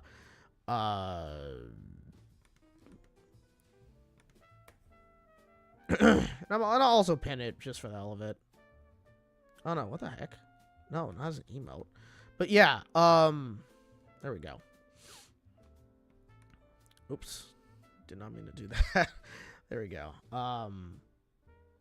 Replace pin message. There we go. So yeah, I'm just going to put that in the pin message up there so you guys can check out that channel. So if you want to check it out and see some of the other videos that I have been posting, definitely go ahead and do that. Leave a like, leave a comment, all that kind of stuff. I would really appreciate that. And yeah, look forward to the next vlog that I post, which will probably most likely be next Saturday, or it might be Sunday, depending on how long it takes me to edit the video. I don't want the video to be too long, but there's a lot of stuff that I'm going to record while I'm there, so it could be a full long video, or it might be 2 videos. I'm not fully sure how I'm gonna do that, but it depends. What do you think about the Wizards of Waverly Place reboot? I haven't seen it yet. I've heard a couple of good things about it, so I'm not really sure. Excuse me. I don't know how that's going to turn out. I hope it's good. But yeah, I have not yet checked out the reboot just yet. So yeah. Good luck on your next vlog, Josh. Thank you. I've know you've been watching a lot of my vlogs. You've been commenting on a lot of them too. So I'm glad that you've been checking them out and you've been enjoying them. That's been great. Because I always kind of doubt as to whether my vlogs are even good or not. So, but yeah, I try to make them the best that I can. And hopefully with next week's vlog, it'll be amazing. There's a couple of things I would like to do that's going to be new for this channel. I mean, for that channel. So we'll see what happens. We'll see what happens when it comes to that. But yeah, so again, thank you so much for watching that. And thank you for joining in on this stream as well. I wish you the best on Disneyland, Joshua. Thank you. Thank you, Kawaii Mation. Have fun. Your vlogs are amazing. I wouldn't say they're amazing. Like, I mean, you know, because I'm kind of boring in these vlogs. I'm trying to get a little better, but I'm still shy, you know? So it's just, I might want to get something where like you can hear me speak a little bit more, but it's, you know, it's a whole thing. I don't know. We'll see. All